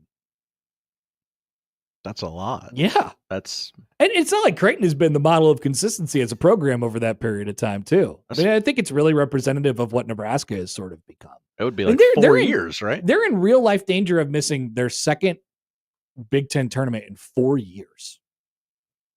You're going to want to not do that. You're going to want to not do that, yes. So it would behoove them to win series over the next 2 weekends. Otherwise, there is a real conversation that gets started. Jeff writes in. Hi, Jeff. Not getting fired up over a baseball loss. Used to it with this program. Okay, that's good. That's healthy. Don't get fired up. Wait till football. Wait till basketball. Then get fired. No, I don't mean to move the goalposts on people, but I don't like hearing that either. You want people to be fired up. I don't want that complacency. Like, oh man, Nebraska lost a baseball game again. Well, no, they need a little bit of energy into it right now, I think. Greg in Myrtle Beach has chimed in. Hello, Greg. Interesting comment on our Huskers' third string tackles, considering we have no first string tackles. Look. You got one. Pritchett. You got Pritchett. Okay. You got Pritchett. We'll figure out the rest after that. So if they don't have a third string tackle, you don't have to perform any favors. I don't have to do anything like that. Okay. Nope. Well, that's good. I don't plan on it anyway, for the record. Oh, okay. Even if there was a third string tackle that I could do that to, but I'm not going to do that anyway. Not going to do that. All right. Any other questions, thoughts, concerns about the baseball from last night? Because we're going to go back to probably, farting into our armpits for the next 2.5 hours. I got time. Great weather for it last night. It was excellent. Great crowd. They announced just under 6,000 last night. That's what we like to see, folks. So I understand there's some ownership issues that are preventing this, but there's no visitors radio booth. What do you mean? You're just in cubicles next to each other. That's how the ballpark has always been. It hasn't been stupid. updated since 2000. Since it was built. Stupid. It's a cubicle situation, and so the visiting radio team is smack dab in the middle of the home radio team and the television broadcast. And sometimes the visiting radio team gets a little bit excited, and sometimes you hear the visiting radio team on the home team's broadcast and the TV broadcast. Sometimes that happens. I will say this, especially in the Big Ten or hell in the Big East, I'm sure I wouldn't know. It is worse at other places. Okay.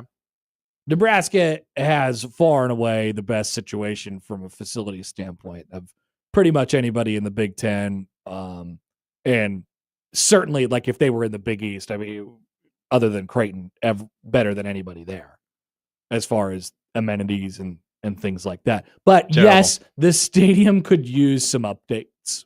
The playing surface is fantastic, but the other stuff is getting a little dated. Come on.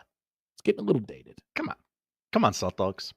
Come on, Salt Dogs. Spend money. Independent baseball team. That's right. You have it. You have it, certainly. Very brave of me to say. All right, we're back after this on 1620 The Zone.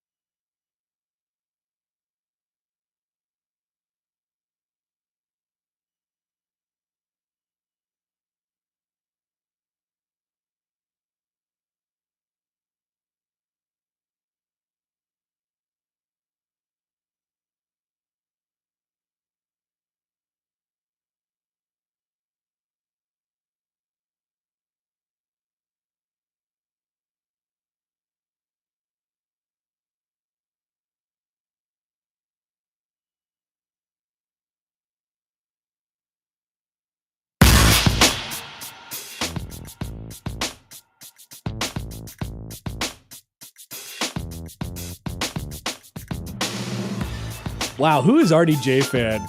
They just quoted one of my favorite movie lines of all time in the YouTube chat. I say it to Josh every single day. Every day. Nothing to be proud of, Russ. Every time the word yard comes up on the show, which is, we do talk about football quite a bit. Yeah. Mm-hmm. Yard comes up. 50 yards. 50 yards. Nothing to be proud of, Russ. Nothing to be proud of, Rusty. 50 yards. It's when Clark Griswold flies his car, the family truckster. Whee! I think I stabbed my brain. That's an all-time great movie quote. Thank you for saying it. I don't care the context. VJ writes in on Twitter a little while ago. Josh, can you send Connor Griff's followers guy, every segment Connor has talked about September 30th, 2014. Many people are saying Connor the Grifter. That's right. People don't listen to those segments. I do those segments for me. I do the segments about the 2014 American League wildcard game for me and nobody else. We got 12 of these things every single day, okay? People are like, hey, Connor, all you do is talk about Husker, football for followers, and the third string right tackle is getting the favors and things like that. No. We talk about some football, absolutely, because I like it. I like talking about football. That is the motto of the show. If we're talking about it, it's because I want to. It's because I like it. We got 60 of these things. Exactly. Every single week. There's enough room for you. There's enough room for me. There's enough room for Josh sometimes. It's an honor when there is. Why do you think the top 5 exists? Why do you think Connor needed some water? Why do you think Why do you think I let Josh talk about movies? Number one, because I don't know about movies. So I go to the expert. It's a form of education. It's a service we provide. I go to the experts. We're like a buffet. You're not eating every single option at the buffet. That's right. That's but why we are getting fat and happy. That's why we split our show into podcasts so people can cherry pick whatever they want out of there. It's great. It's not for everybody. All right, Josh. Speaking of baseball and the Royals, let's take a look back to last night. Okay. Good point by Platcat. If Josh didn't talk, Connor wouldn't know how libraries work. Everybody's got their thing here. Yeah, everyone has blind spots. One of Josh's things is explaining things to me because I am a self-proclaimed idiot. And others proclaimed that as well, but for different reasons. Anyway, speaking of idiots, once again, the Chicago White Sox last night, they're about to close down a win against my beloved Kansas City Royals. And oh man, triggered. People are going to get triggered all over the place. You can't lose to the White Sox, just like you can't lose to the Rockies. Luckily, the Royals didn't. And they didn't last night to the White Sox either. Here, are you ready for this video, Josh? Here is why. And they are just 1 for 4 all year in save opportunities. Popped up.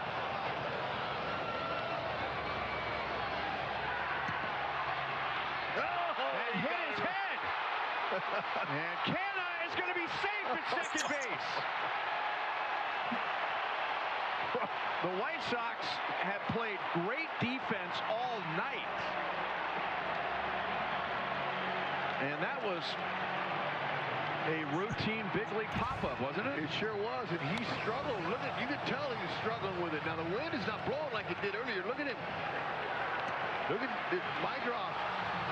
He just totally whipped it, and Taylor's throw was over. They had a force play. See what is it? Oh man, off the glove and off the dome. He's saying, "Oh man, what happened?"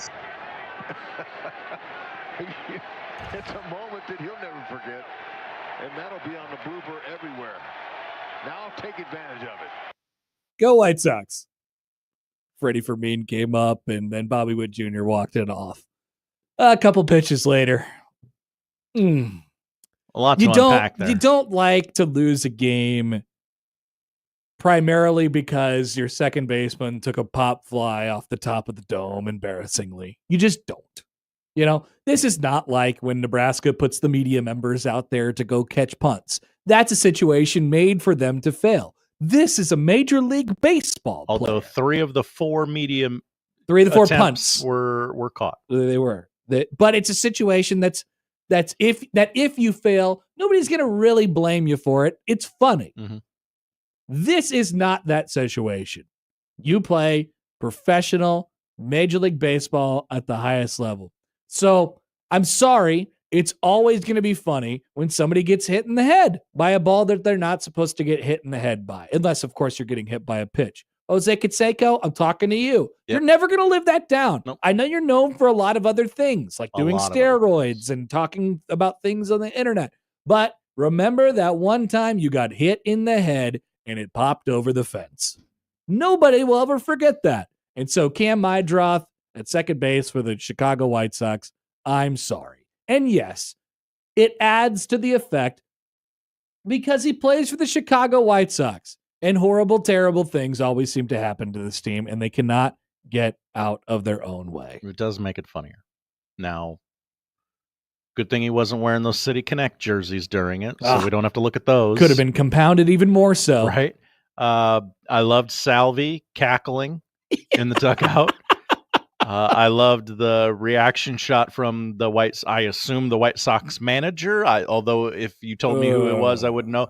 Just clapping like, yep, all right, guys. We got this. Yep, let's go. Still we got this. Not over yet. Like he can't react the way he wants to react because, he's got to gas his guys up. Yep, he's got to get in there. Be happy for his guys. All right, go. Respond, right? Any Respond. bag. When a foul ball goes up, or when a ball goes up over the lights last night in Lincoln, and then it drops innocently, fairly onto the outfield grass. Your response, if you're in the Nebraska dugout, has to be, all right, don't worry about it. What's the next one? Flush it. What's the next one? Garrett Langrel's giving up single after single after single after single up the middle. Ed Service and Mark Kingston are in there like, come on, next one, baby. That's baseball for you. But I'm sorry, there's something, and we don't care about what happened next. Obviously, it's compounded by the fact that they lost. But if you take a fly ball off of the head, it doesn't matter if you go on to win the game on the next pitch. It's about getting smoked in the head. The gentleman who created the throwing error gets off scot-free in this situation. That's right. He made an equally bad play. He didn't get hit in the head with a ball. Stibbs writes in. Hi, Stibbs. I went to a White Sox game last fall, and their entire video board system showed a huge error on the big screen, and they had to shut down every video screen in the stadium for about an inning. It ruled.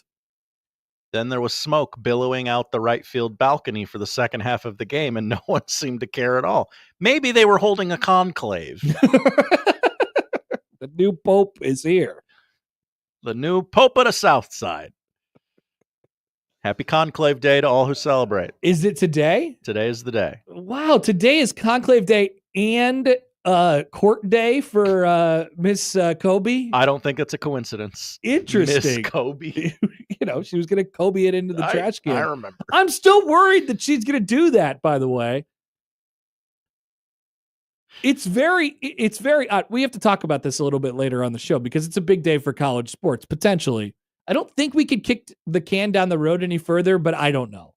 Oh, you'd be surprised. Have you ever followed the courts? Yeah, it is possible. But either like today, we just get the whole settlement. The thing that that we've been talking about with the whole $20.5 million deal and the roster limits and all that stuff, that might get Kobe'd into the trash can today.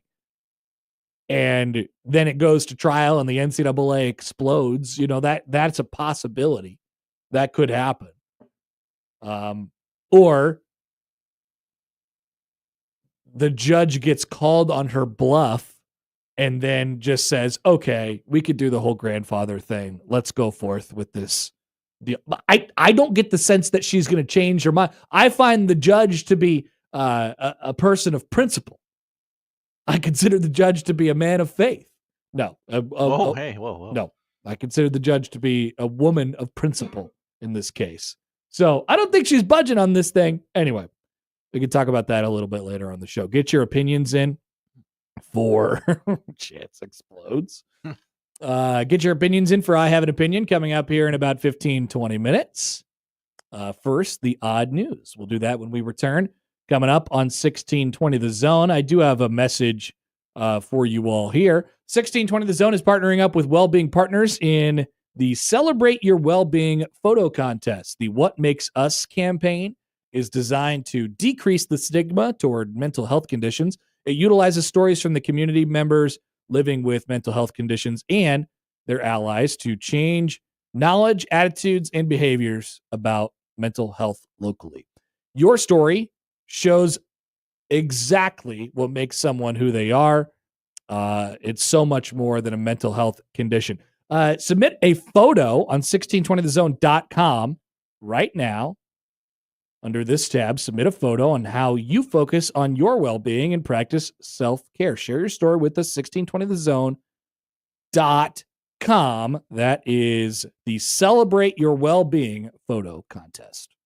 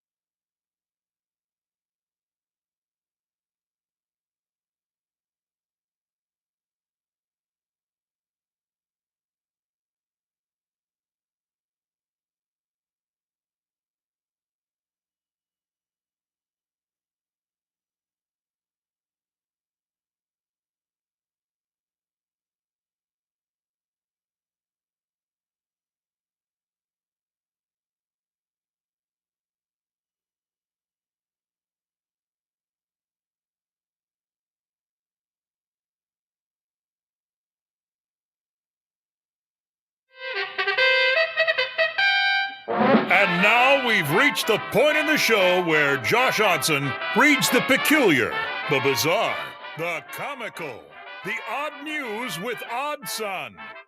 Odd news, Odd Son. See what we did there? The odd news with Oddson.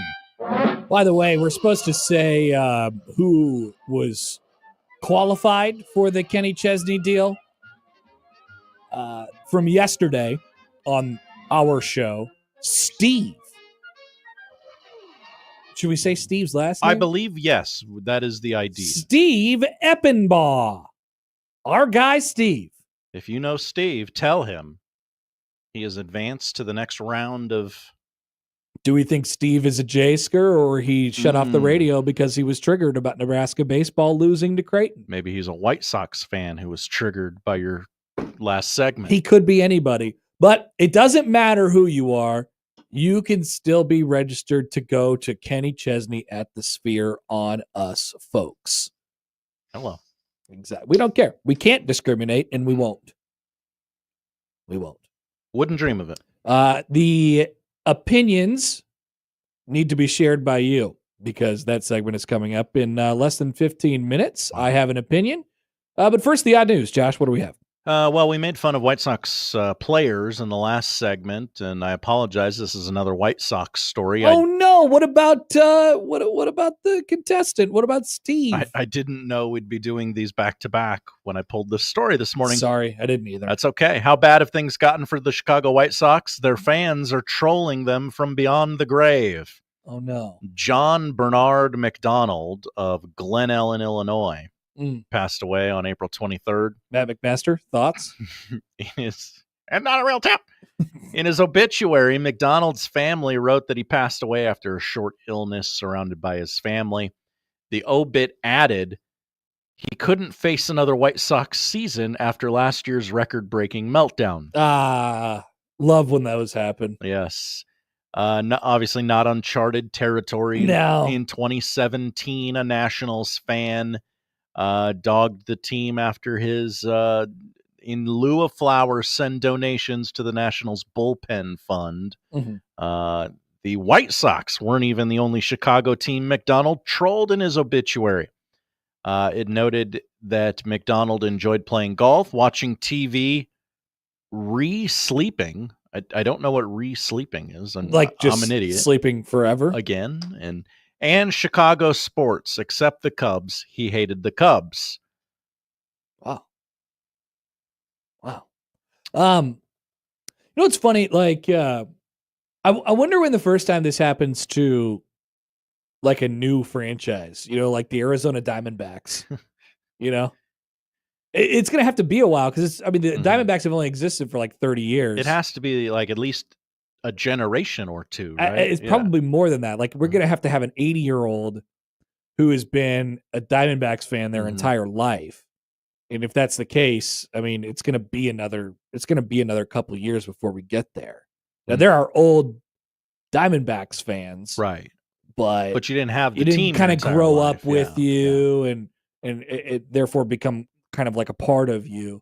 So I'm just waiting for that first like Arizona Diamondbacks Serpientes coffin, you know, a City Connect coffin. There's some revenue. That's MLB. The next spot right there. I eagerly await doing this segment in the year 2100 when the first person trolls the Utah Mammoth in their obit.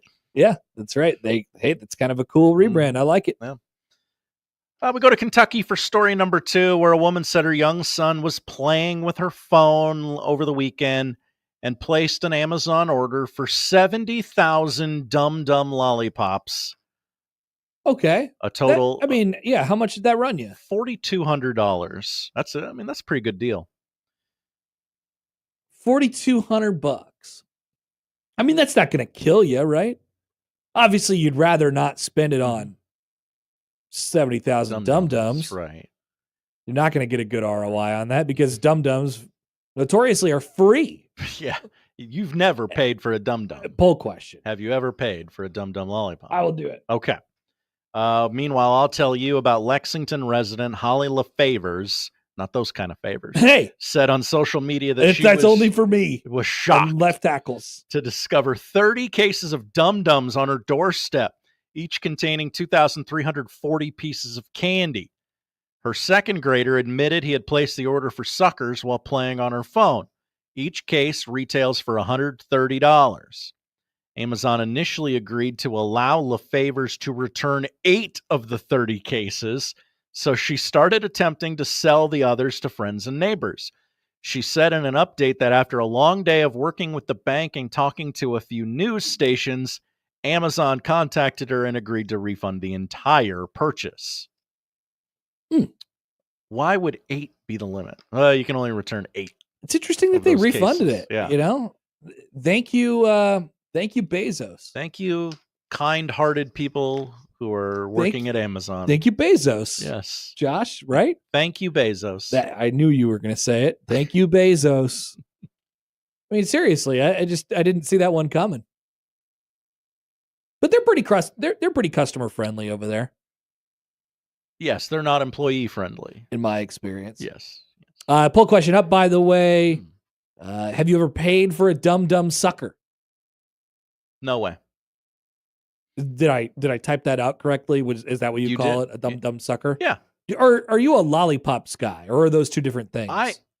I believe they're two different things. I believe the lollipops are the big, round, rainbow colored. Yes. Just that's what I see However, in my head there when you is say lollipop. There is one caveat to that. I will say lollipop when I'm trying to use the term for comedic effect. Lollipop is just objectively a funnier word than sucker. I would agree with that.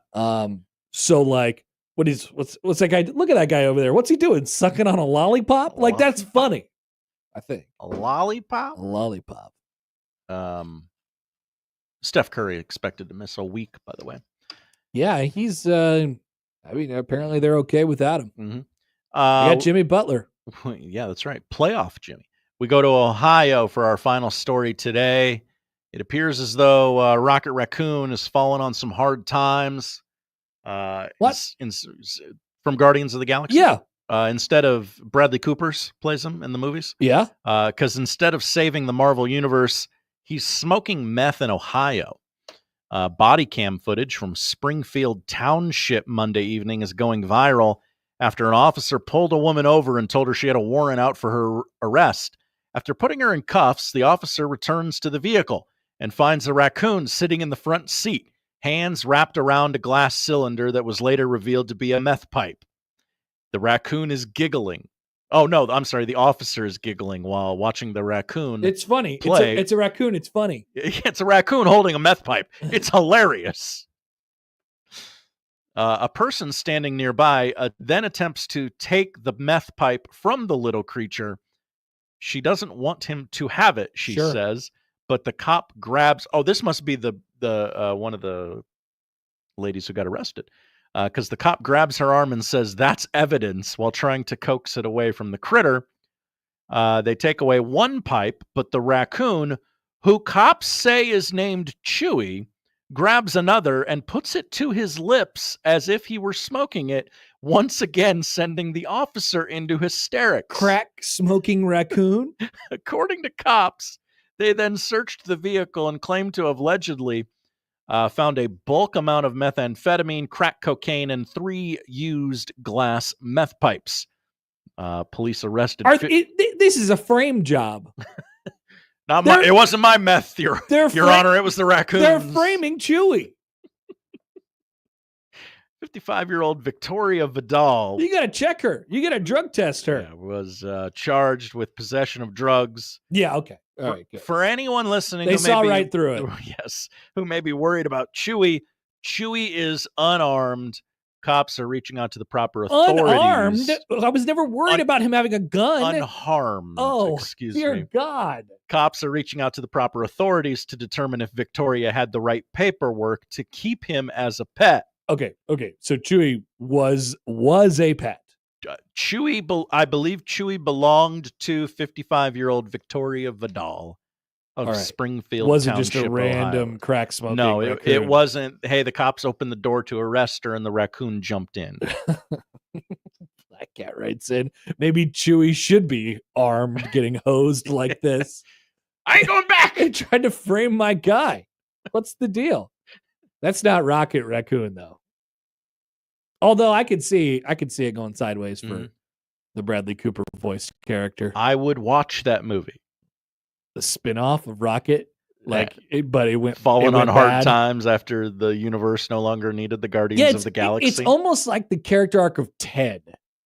Yeah, a little bit. You know, okay. Like Ted was a really cool life like teddy bear, and then he just turned into a talking teddy bear who really liked to smoke pot after that and hung out with Mark Wahlberg. That'd kind of be the story I think that we're going after here. And that movie was admittedly funny. I like Ted. Not Ted 2. No. Ted 2 bad. Very. Josh, thanks. Thank you, Connor. That is the odd news. Time for your opinions. I would love to hear them. Dum-dums, lollipops, meth smoking, crack smoking raccoons. Creighton, Nebraska baseball. Creighton, Nebraska baseball. Things that you do to right tackles. Third string. All of it. They're just opinions. Send them in, and we'll open it up next here on 1620 The Zone.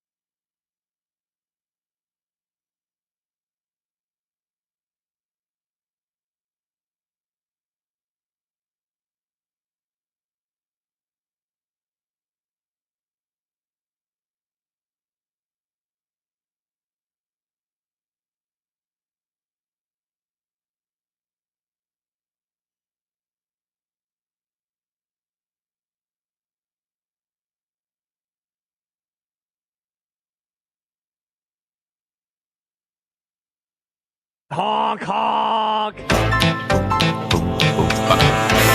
This is the I Have an Opinion song. Haven't done an intro yet. Need to get on that. It is time for I Have an Opinion, the weekly segment in which you have opinions and you are free to voice them, because at no other points in the week we are asking for your opinions. Just this one. Just this one.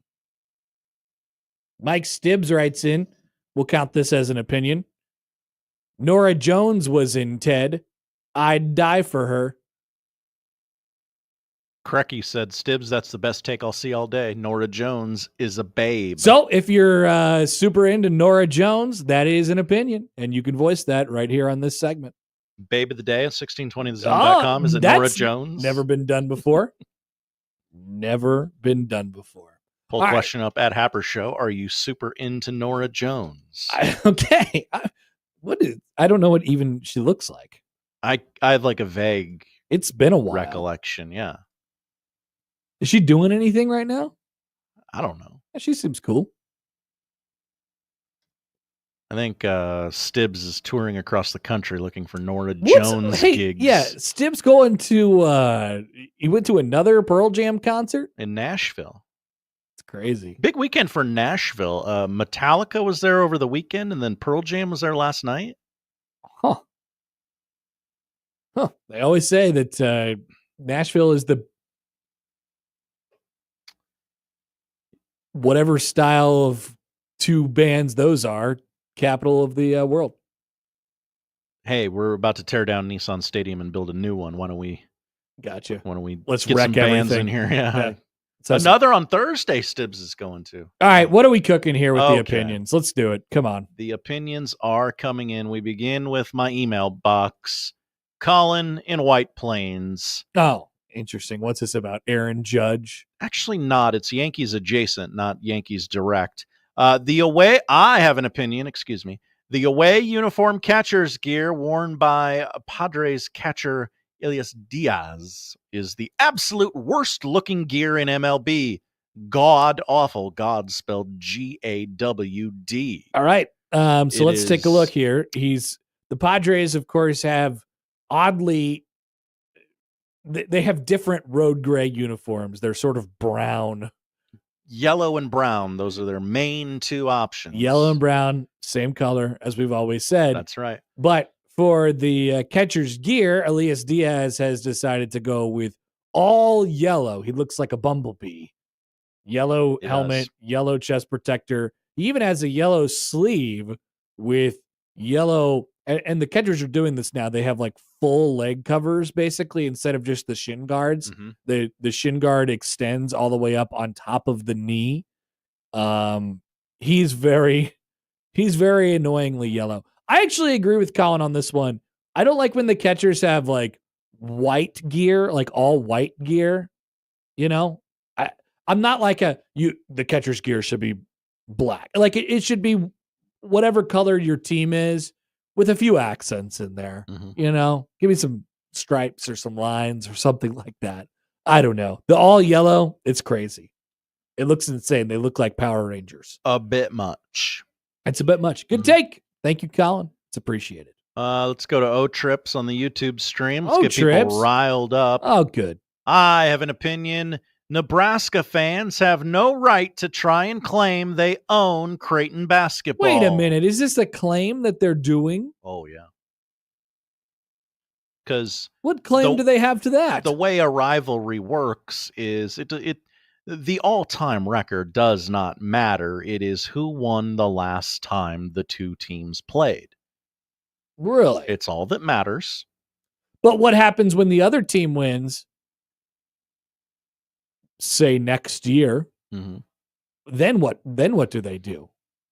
They pretend to not care about the event in question. No, I don't think so, because Creighton has the arm up here, the leg up here, honk honk, because if they don't win, they have the history. They have the recent history to go off of, and they have the postseason success as well. Well, Connor, so if Creighton's never won a national championship, but I don't know if you know that. If Creighton wins next year in Pinnacle Bank Arena, and they have the postseason success, and they have the recent success, then what does Nebraska fan do?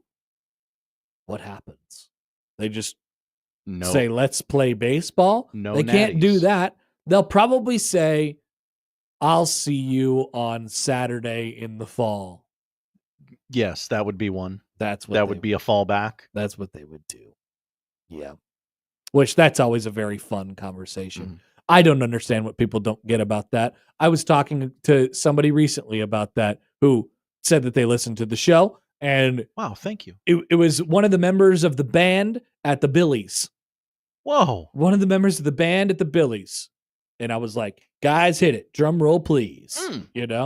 And the Urban Soul All-Stars, they were in there. And one of them was like, hey, I've been in Omaha my entire life. I don't really get the whole Jasker thing. I've always liked Creighton, but I like Nebraska football. What am I supposed to do? Not like football? And I was like, you know what? Handshake meme. I completely agree with you, person from band. And so we had a great conversation. Clearly, it was memorable. Clearly. All right. CJ on YouTube. CJ. I have an opinion. Connor and Josh need to kiss Herbie Husker's ass next basketball season when Nebraska wipes that Blue Jay ass.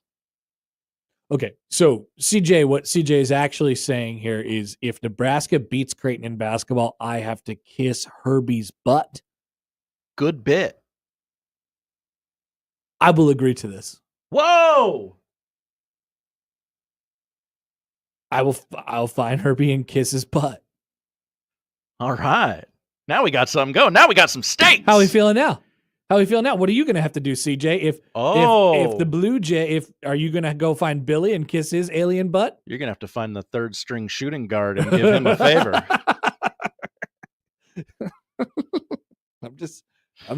Black Cat says better than what I got to do with the offensive line. What's all this conversation about karaoke going on in the chat right now? I do love karaoke. I think Stibbs and Chance are trying to get you to come to karaoke night or something like that. You send me a little texty text. I love karaoke. Wow. I'm not available much this weekend because of the baseball, but yes. All right, I got some stuff on the text. I feel like we're going slow here. All right, so let's move. Jesse writes in. Hi, Jesse. I have an opinion. If I was gifted 10% of the energy my 5-year-old had, I could be a top world athlete within 18 months. Or my heart would literally explode out of my chest within 60 seconds. So that's what I was thinking. So let's just wipe that possibility off the table. Okay. Let's just say that this is physically and anatomically possible. All right. You are gifted with let's just say the energy of a 5-year-old. They never get tired. You could throw the ball against the wall. They want to keep playing all the time. This is true. Constantly. It's like a little puppy in that way. They never get tired. They always want to do something. How long would it take you to be a world-class athlete? With the if you were gifted the energy of because you are then pointing all of your training toward becoming a world-class athlete, and you have seemingly unlimited energy. I mean, it's energy. Lack of energy is the only reason we don't do anything, right? I get home from doing a very long and arduous radio show, and even that, it makes me tired. I get sleepy, Josh. I'd like to take a nap. I dread having to do some things.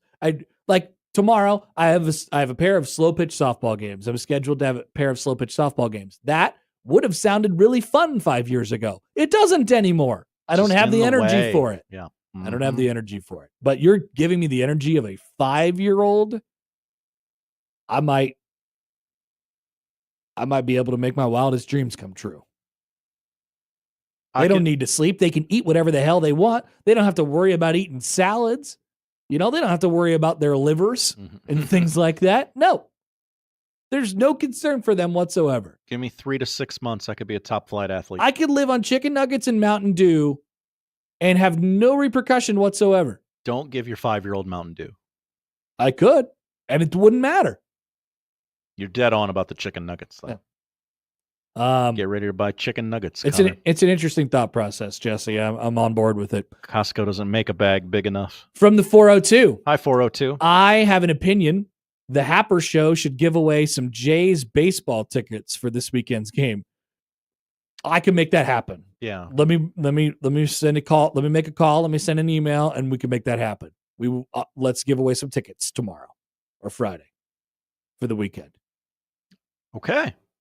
We can make that happen. That's making real change. Good opinion. CJ. Hi, CJ. I have an opinion.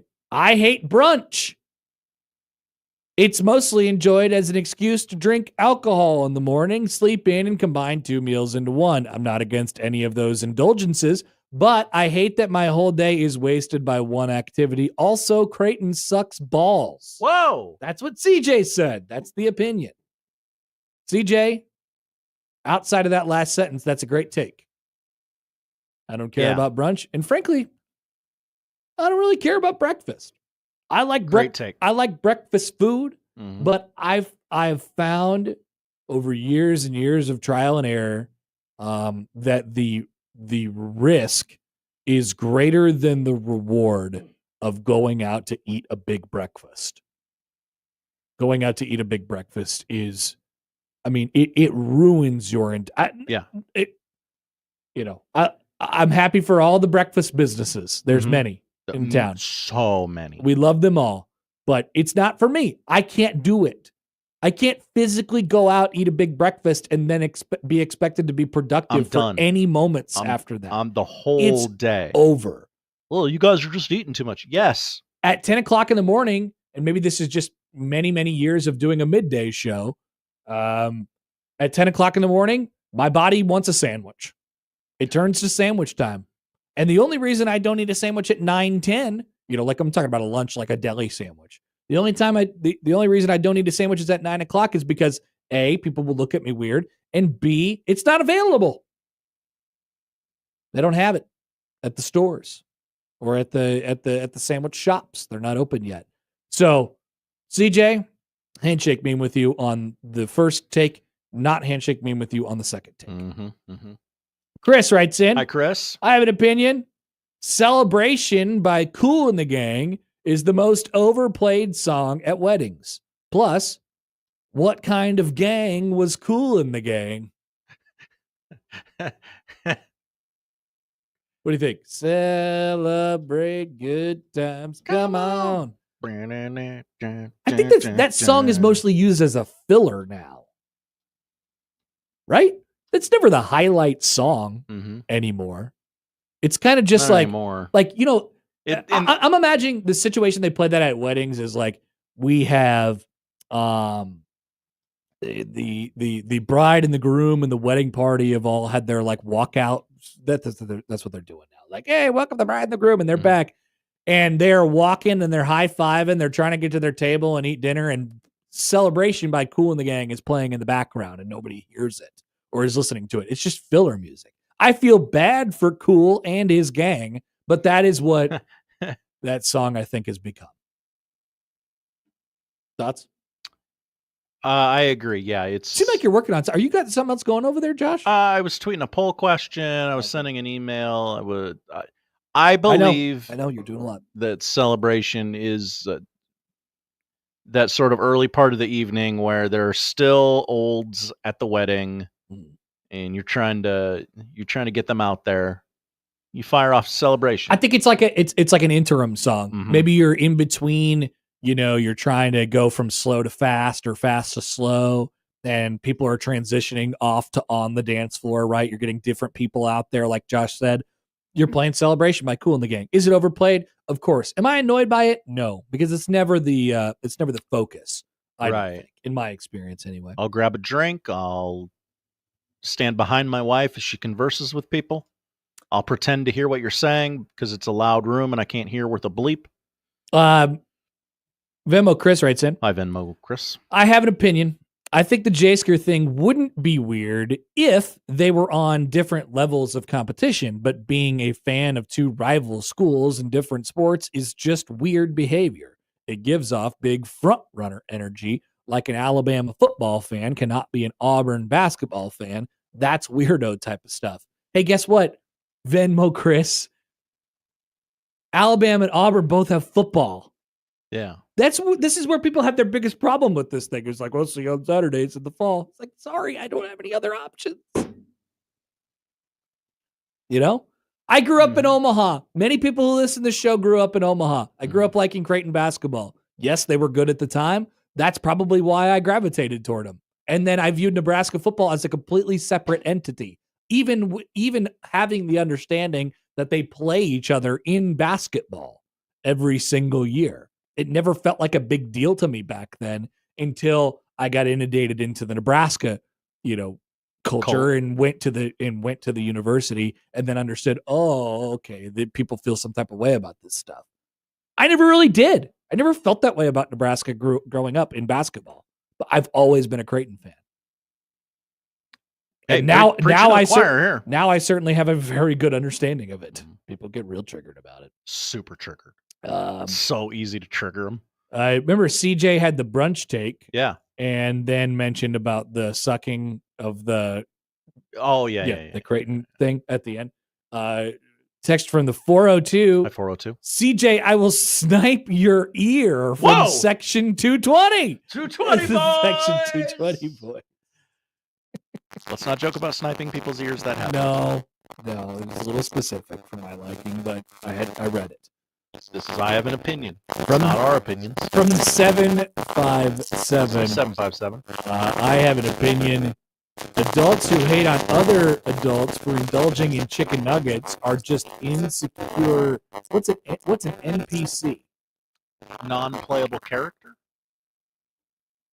Like the background people in video like games? you're just kind of going along with it because it's what people say. No. Good take. I agree with that. Yeah. I don't care. Yeah, a little childish, but you know what? What? You don't like bacon? Bacon? Bacon? Look. You're like the dog in that stupid commercial. Bacon? Bacon? It's the same people. I agree. You're just going along with something. People who don't like aggressively don't like the wave at baseball games. You have to stop doing the wave.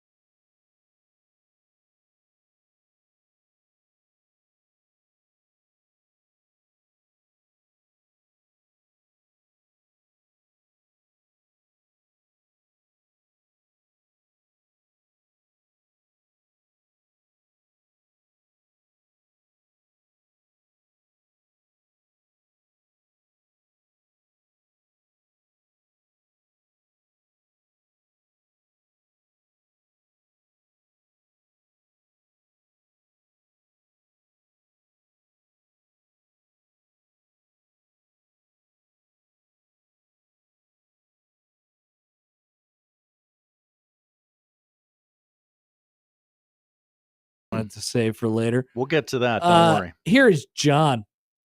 Hi, John. I have an opinion. It is time to ban pharmaceutical commercials on television. Ooh. We don't need to hear about the latest wonder drug that will give you diarrhea and might kill you during every commercial. Rhythm, kism, ad rhythm. They banned tobacco commercials years ago, and everyone survived. It sure seems like the smokers still know where to find their cigarettes. Okay, good point. I don't know, like, who are they? This might be a blatantly obvious answer to this question. Who are they marketing to? People who are Like, sitting on their couch and like, man, I feel awful and I don't know why. I have that. Yeah, but then they have to get it prescribed by a doctor. Yeah. So the doctor is in charge of what medicine you get. So this is just my guess here, but I mean, the shorter answer is hypochondriacs, right? You're going to your doctor going, I have that. I need rhythm, kism, and rizza because I have those things. But then the doctor is saying, no, you don't need that. Right. You don't need that. And then you don't get that. I will never get that. Mm-hmm. I will never get So who are they marketing to? Why are they? It's just like, it's just, I don't know. Maybe this is a lack of understanding of the world by me, but I've always looked at those commercials and then they rip off the side effects for the entire thing. And I'm like, who is this for? Many of them could be over-the-counter prescriptions. Yeah, I guess so. But in that case, then you could just go in and get it. In that case, I'm going into the pharmacy or whatever, and I'm saying, here's what I got. Here are my symptoms. Is there anything that I could grab off the shelf from this? And then the pharmacist will be like, yeah, here you go. I have this. So they marketing to the doctors and the pharmacists and the actual pharmacists? I don't know. They have to be over-the-counter prescriptions. I don't want to make my own choice on what brand of medicine I want. Yeah. I want whatever medicine is going to fix me if I'm taking medicine, which is rare in the first place. Shout out to No Medicine. That's right. Josh. Wow. We just got another email. Well, this was before I read this one from Chris. There are way too many pharmaceutical commercials on television. Whoa. I have an opinion. Okay. Okay. I'm glad we addressed it if it's bothering this many people in the audience. No doubt about it.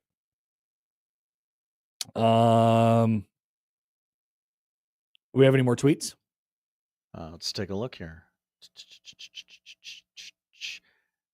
Andrew says, I have an opinion. I think you guys should do a karaoke contest in the Omaha Baseball Village during the College World Series. Josh Peterson would love it. Cool. Yeah, Josh loves doing stuff. He does. He's always doing stuff.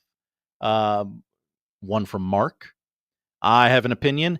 It is not necessary to cover your dashboard with plastic ducks if you are a Jeep owner. Oh, yeah, we got this one before. Also, why just ducks? Why not plastic armadillos or I don't chinchillas? know. We discussed this, and the ducks are apparently it's the Jeep duck thing, and I can't really explain it, and I don't get it. Apparently, they're trading ducks with each other, and they're they like the pins at 8th grade baseball tournaments. It's very similar. Yes. Bad Takes Doug is here. Hello, Bad Takes Doug. Glad to have you. Please stop. So this is an opinion. I have an opinion. Please stop saying no worries. I was never worried. Just say okay or got it or you bet. Only good if you end with mate, i.e. no worries, mate. So you can only say no worries if you're saying no worries, mate.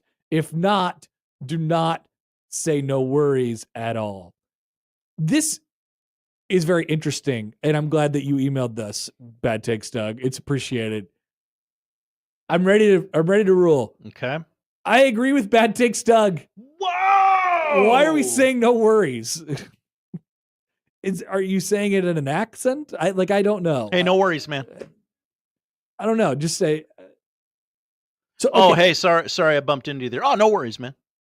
Oh, you're fine. That's my reaction. Oh, you're good. No problem.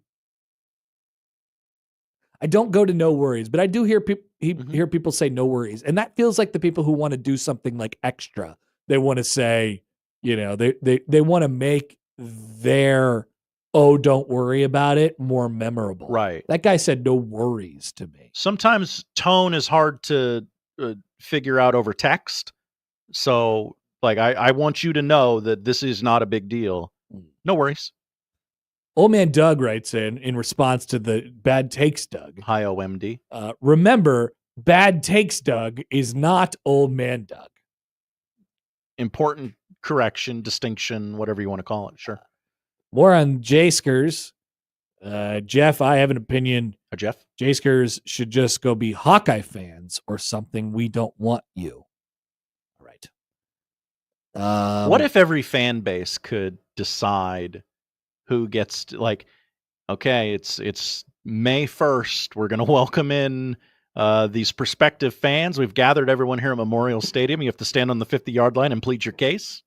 And we'll collectively give you the gladiator thumbs up or thumbs down, whether or not you are welcomed into the fan base. You get to ask questions. How many questions do you get to ask? You can't find out everything about a person based on one hearing. I would say let's go 3 tops. So one of the 3 questions is probably going to be, have you ever, will you ever, or do you ever cheer for the Creighton Blue Jays? Yeah. And then everybody on the panel, everybody in the committee says, no, thank you. Armed fart noises. Just like Connor Happer's radio show. Just armpit farts. That's all we got.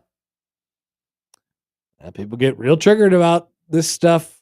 Super triggered. It's very easy. I think it's an Omaha Lincoln thing. Once again, I never have understood it. Lincoln just needs to hear you say that they matter, Connor.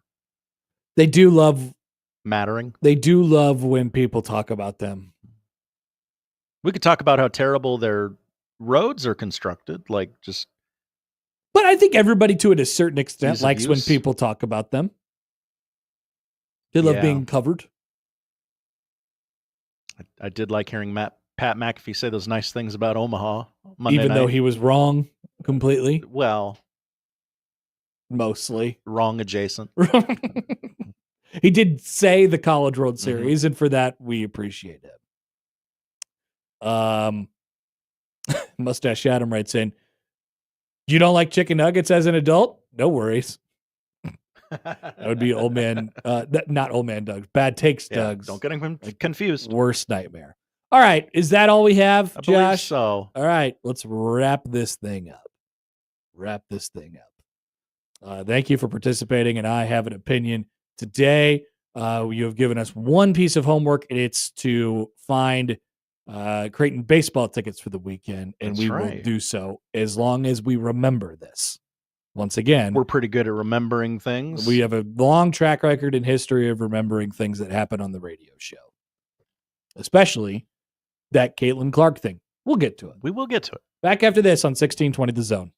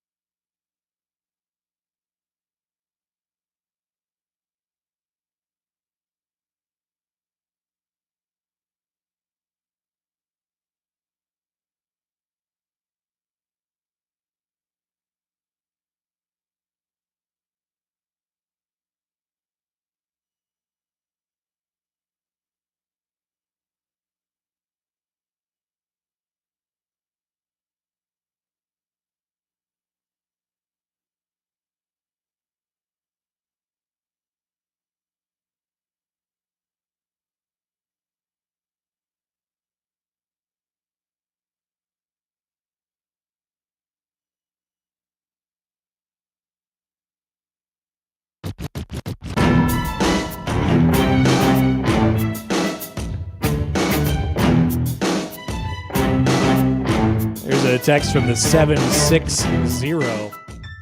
760?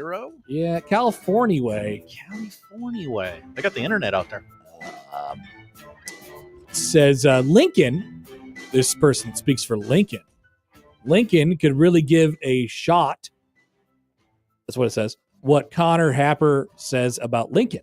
We would love it if you could stay away completely and never talk about anything Huskers again. Don't you get what a nobody you are? Question mark, exclamation point, ×3.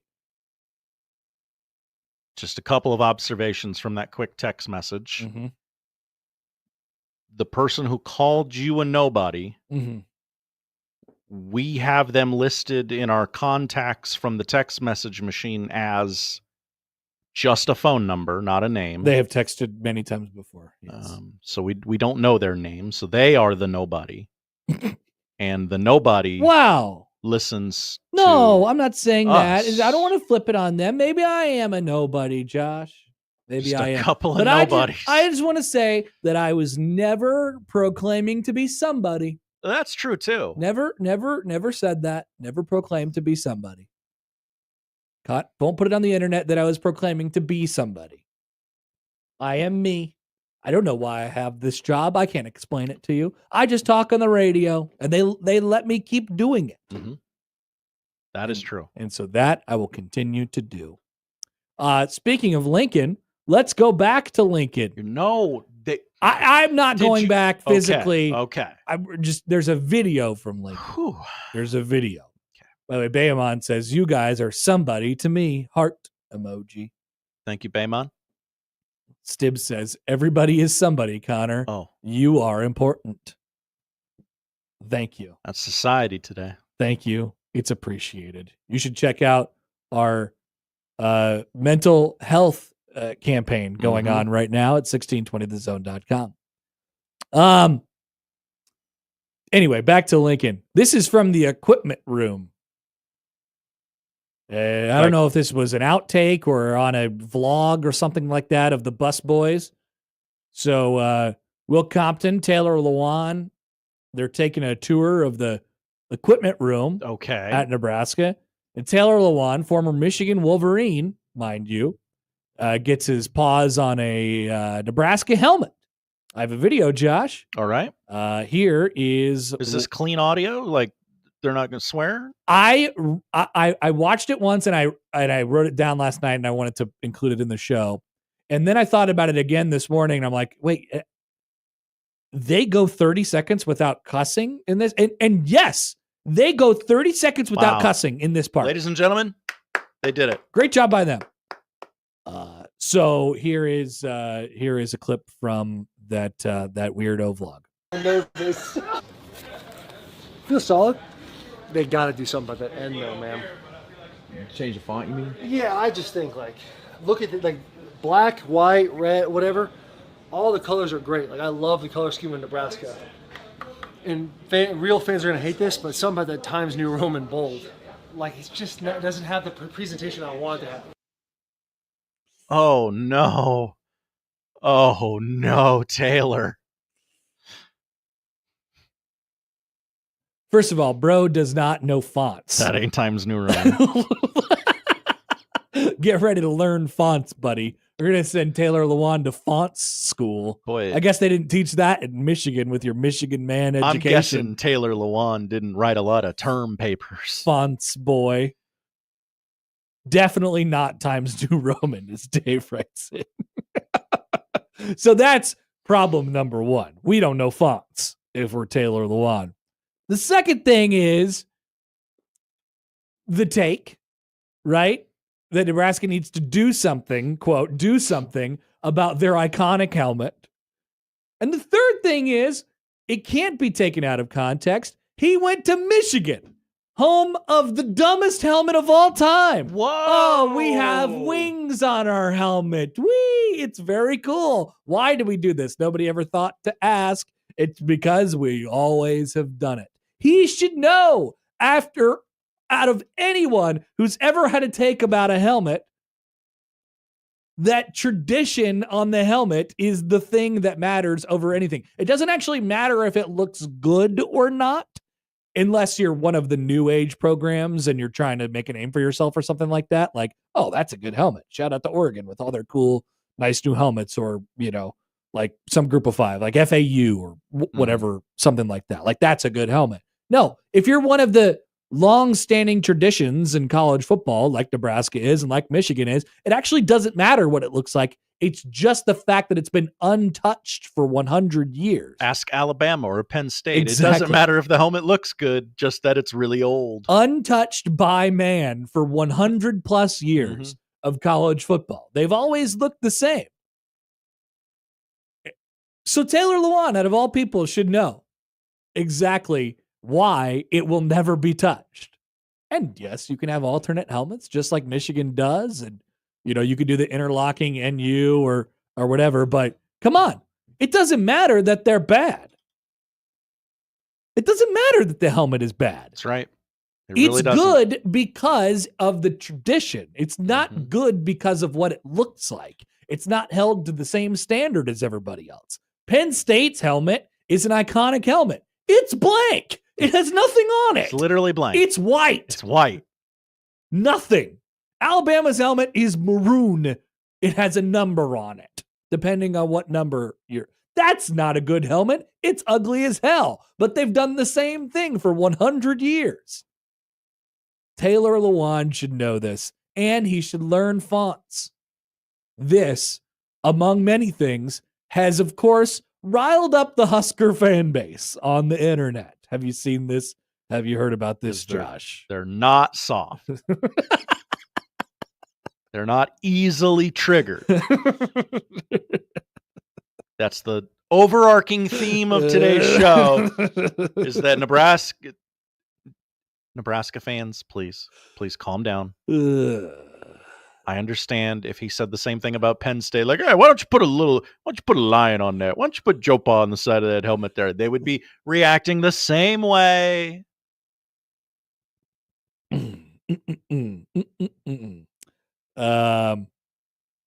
Stibbs writes it. Hi, Stibbs. The Michigan helmets are cool, but they make absolutely no sense. Also, the Nebraska helmet is very much not bad. I don't. It doesn't matter. It doesn't matter. I don't think it's like if you took tradition out of it.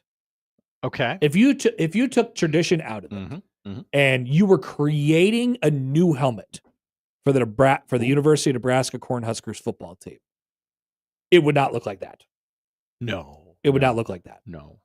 You'd be trying to do something, shiny and sparkly, and That's right. I don't know, like you put Herbie on there, giant Herbie, or something like that. But Nebraska is one of the schools that is attached to its history and its tradition, and it can't do anything with its helmet. It's physically unable to. It would be a disaster if they did anything with it. As much as we're making fun of this, I would firmly agree. Don't touch the helmet. No, absolutely. You did that black helmet that one time, and I guess it was cool to see, but I didn't like it. Do whatever you want to do with alternate helmets. I don't care. The phone stopped ringing a long time ago, Josh. They always do whatever you. It's back. Do whatever you want to do with alternate helmets. I don't care. But yes, Nebraska, like Michigan, has one of the iconic helmets in football. And no, they're not changing it from Times New Roman, which it's not, to anything else. They're not changing it. I got a couple comments in here that we should probably get to. Josh has buried his forehead in his hand because he's received a phone call on this. It's a good question from Stibbs. Let's evaluate this for a second. Is he doing a bit? Is he doing clickbait? He seemed to do it with a very straight face. It seemed like he meant it. Should we review the tape again? Yes, I would like to. Let's review the tape again. Here's Taylor Lewan in the Nebraska equipment room. Feels solid. They got to do something about that end, though, man. Change the font, you mean? Yeah, I just think, look at it, black, white, red, whatever. All the colors are great. I love the color scheme of Nebraska. And real fans are going to hate this, but something about that Times New Roman bold. It's just doesn't have the presentation I want it to have. Okay, I'm glad we revisited the video. Is he doing a bit? And by the way, every time I click on it, I think he's going to cuss, even though I know he doesn't cuss. It's shocking. I'm glad we replayed that because I actually changed my mind. You think he is doing clickbait? I think he might be. It was an incredibly random question. Oh, they got to do something about that helmet. Oh, you changed the font? Yeah, change the font. Why was change the font the first thing you went to? I actually don't think he's doing clickbait. I think he believes what he's saying. I think he believes that N is Times New Roman. It can be both. Oh no, I'm sorry. He believes that that's Times New Roman. Yes. Ian writes in, I love the Ian. color scheme of Nebraska. What color scheme? It's red. It's scarlet and cream, Connor. It was definitely an underrated line that got thrown in there. Hey, guys, I know listen, I'm about to say this. Listen, I love your color scheme. It's great. It's like, what color scheme? Their color is red. It's not unique at all. It's red. But some would say that Nebraska's red burns brighter. I've seen that on the sides of buildings. Chris writes in on the Equitable Bank inbox. Chris or Curtis? I'm sorry. Chris. Hi, Chris. The skinny N does suck. Oh. The helmet would look so much better with a different N. We don't do we need to seriously engage in this topic? Oh boy. It is May 7th. Oh boy. We have time. I do not think that is true. You know what? I'll say this.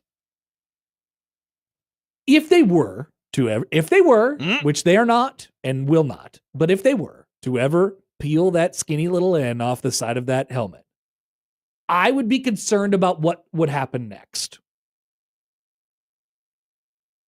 They would pick the wrong font. It would be wrong. Yes. Correct. It would be incorrect. It's like being the guy that follows the guy. You don't want to be the guy that follows the guy. It would be wrong. Mm-hmm. So I would not support that. They should not do that. Ian says on YouTube, if the skinny N sucked, Netflix wouldn't have stolen it. That's exactly right. 100%. See, if you change the font, then you open it up to like, hey, it's Wingnuts Day. Hey, it's Comic Sans Day at the ballpark. Yeah, we have all these different We don't fonts, want that. Things of that nature. Hey, it's Old English Day. No. RDJ fan. I am a J-Flix fan. Now here we go. Audience is funny. Rebrand Netflix to J-Flix. Then Nebraska can't have any sort of ownership over Netflix anymore. Social media team at Creighton, please get on that and give us just a tiny bit of credit. J-Flix. I guess give our DJ fan credit. We didn't do anything. Oh boy. Okay. So my official ruling on is this clickbait or is this a bit or not is no. Okay. I think they really caught him on the vlog saying that they should change an iconic college football helmet. I'm not ready to eliminate. Being a Michigan man. Sorry, go ahead. I'm not ready to eliminate clickbait as a possibility. One more here. A late opinion has come in. Okay. From Kip. Hi, Kip. On the text line. I have an opinion. Beards are men's version of makeup. I'm not a heavy man, but I keep my beard to cover my double chin. That's right, Kip. You got it. Oh, yeah. No, it's an accessory. I look ridiculous without a beard. Therefore, I would not consider not having one unless a terrible shaving incident occurred, which has happened before. It has happened. Therefore, I keep my beard all the time to not look like adult Bobby Hill. People have said this. You would. Yep. I hear all the insults. I hear them all, Josh. That's my purse. I don't know you. We're back after this on 1620 The Zone. The Connor Happer Show. Who's pitching tonight? You Darvish, having a great year. The Connor Happer Show. I know about that guy. On 1620 The Zone. What a mess.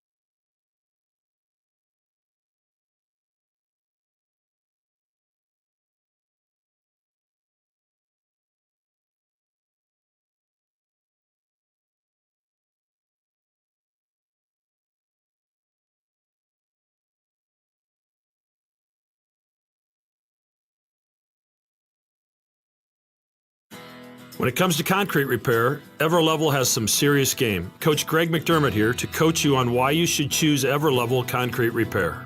They've got the fundamentals to fix your cracked and uneven concrete, and their products will give you the best defense against future damage. It's a fraction of the price compared to replacement, and their solutions come with a long-term transferable warranty. Working with Everlevel is a slam dunk. Call Everlevel Concrete Repair today for your free inspection.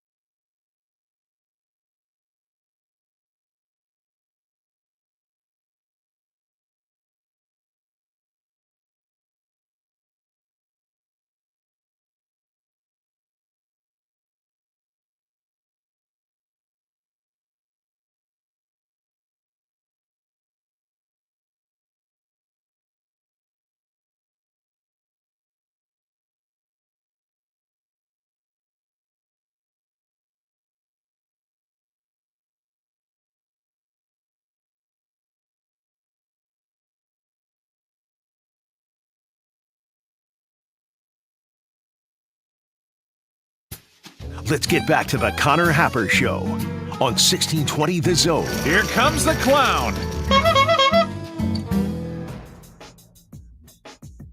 Honk alert. Oh, we honking? Creighton softball has won their first game at the Big East tournament. Oh, hello. Defeating Butler, more like Butler. Honk, honk. 6-3 and advancing to the next round. I don't have the bracket handy, but they won. And usually that means good things in postseason play. Josh? Interesting. Nebraska didn't even play today because that's how good they are. Actually, I think they do play today. Play tomorrow. Tomorrow? It's on What to Watch. Whoa. Josh knows softball. That's folks. right. Looked up the softball bracket before the show. And you say I don't prep, America. Josh, you're on top of everything. That's right. You got it all figured out. I put those NBA notes in the rundown just in case because I know you were working. I didn't remember what happened in the end. You didn't watch Tyrese Halliburton hit that thing? I did see the shot. Okay. I did see the shot. And I watched the end of the Warriors Awu game. The Awu fans seem to be a little triggered. Well, they only scored like 88 points. Yeah. A lot of talk about that Anthony Edwards guy, running through this, running through LeBron, running through Curry. What happens if he loses to Curry? Without Curry for the next week. Exactly. Puts a different narrative on it, doesn't it? But no, Josh, the return here of a once great segment of the Connor Happer Show. Oh, Wednesday Trends Day? It's nope, it's not coming back. It is Wednesday, but today we have a great example of a thing where I can't believe it. Oh, this is huge. Of the day. I can't believe it. Here's what I can't believe today, Josh. Okay. Akron football. Akron football. More like Akron football. All right. Akron football. Good one. Well, they haven't gone to a bowl game since 2017, but unfortunately, that drought will continue. They will not be going to a bowl game this year. How do you know? Yeah, how do you know something like that, The Connor? season hasn't even begun yet. That's Do you right. have a crystal ball? They have been handed a postseason ban for the 2025 season after posting an academic progress score from the 2023-2024 school year of 914. That's a big number. which is below the minimum requirement of 930 that you need to maintain eligibility for postseason competition. Feels like it was close enough where you could have just lied. I don't know how this stuff is calculated, Okay. Josh. I don't either. I have no idea. Akron was handed practice reductions during the 2024 season as an initial punishment for their poor APR. Oh, they had been warned. But failing to reach the mark in consecutive seasons led to the postseason ban. The Zips dropped a 920 last year. They dropped a 914 this year. Once again, the minimum threshold is 930. Okay. So here's what I can't believe, Josh. I can't believe it. I can't believe they're still doing suspensions for this. We're still doing school. It's student athlete, Connor. When was the last time you've heard of a school-related suspension or ban? When North Carolina faked all those tests for kids. That's a really good example. That was at least 10 years ago now, right? Definitely. Maybe not. Maybe not quite 10. It's been a few years. So that's that. I can't believe it. People are still getting in trouble for this. I mean, number one, I can't believe that they've fallen below the, I'm sure, very rigorous academic standards at the NCAA. I mean, yeah, that's the other part of this, right? We're talking about 10 years here, at least, I would say, since anything like this has happened. That means every athletic team, every year, in every sport, for that amount of time, has passed over the threshold, except Akron. And apparently it's 2 years in a row that causes this to go into effect. I mean, think about that. You are not only the worst at this, but you're the only person you're the only team who's so dramatically terrible at this that you have triggered a postseason ban for yourself. It's been a long time, Josh. They've been bad at football on top of it, too. It's not like they're just sneaking guys in who have terrible academic rates and winning a whole bunch of games because of it. No. They're bad at football, too. So, no, they wouldn't have gone to a bowl game. But now they're definitely not. Akron was one of only 3 football programs to hit a multi-year APR rate low enough to miss the postseason across all of Division I. Mississippi State and Arkansas Pine Bluff in the FCS will also be ineligible this year. Florida A&M, Missouri State, Murray State, and Utah Tech also got into that first year, the probationary period where you get reduced practice time. So watch out. Florida A&M, Missouri State, Murray State, and Utah Tech. Damn, I had a future on Utah Tech. Well, take them on the over APR rate this year because they're not going to fail that thing. There have only been 4 FBS teams to fall short of APR eligibility standards in the past decade. Okay. This is some of the stuff I was trying to look up while you were talking, so this is good. LSU, New Mexico State both fell below the 930 mark during the pandemic. Excuse, right? Yeah. It was a challenging time for our country. Sure. Idaho was the last team to get a postseason ban, and they did not accept their postseason ban because what they decided to do instead was just drop down to FCS. They said, you don't want to send it to a bowl? Great. We're not going anyway. We're going to the FCS. So that's the recent history on this. And of course, I can't believe it. I cannot believe it.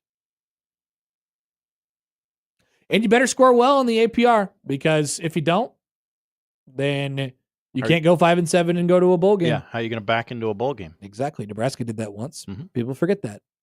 I think Minnesota did it recently as well. That is correct. Big time stuff.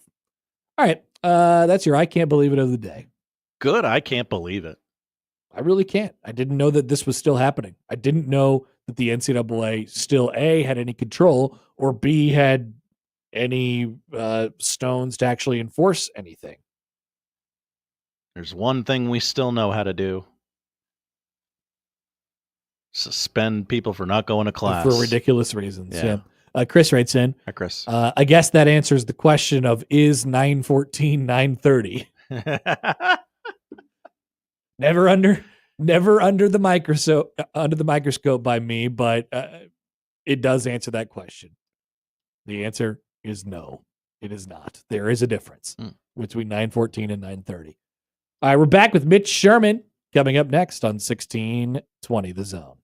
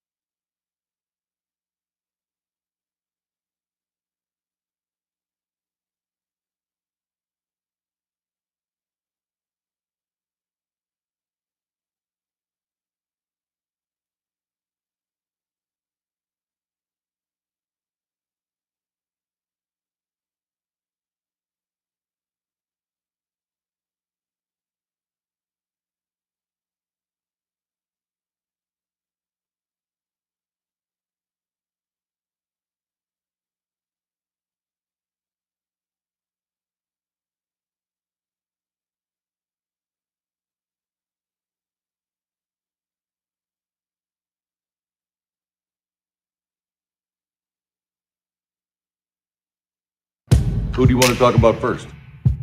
Mitch Sherman, The Athletic. He can play. And we need people that can play. And we'll never be royal. Let me live that fantasy.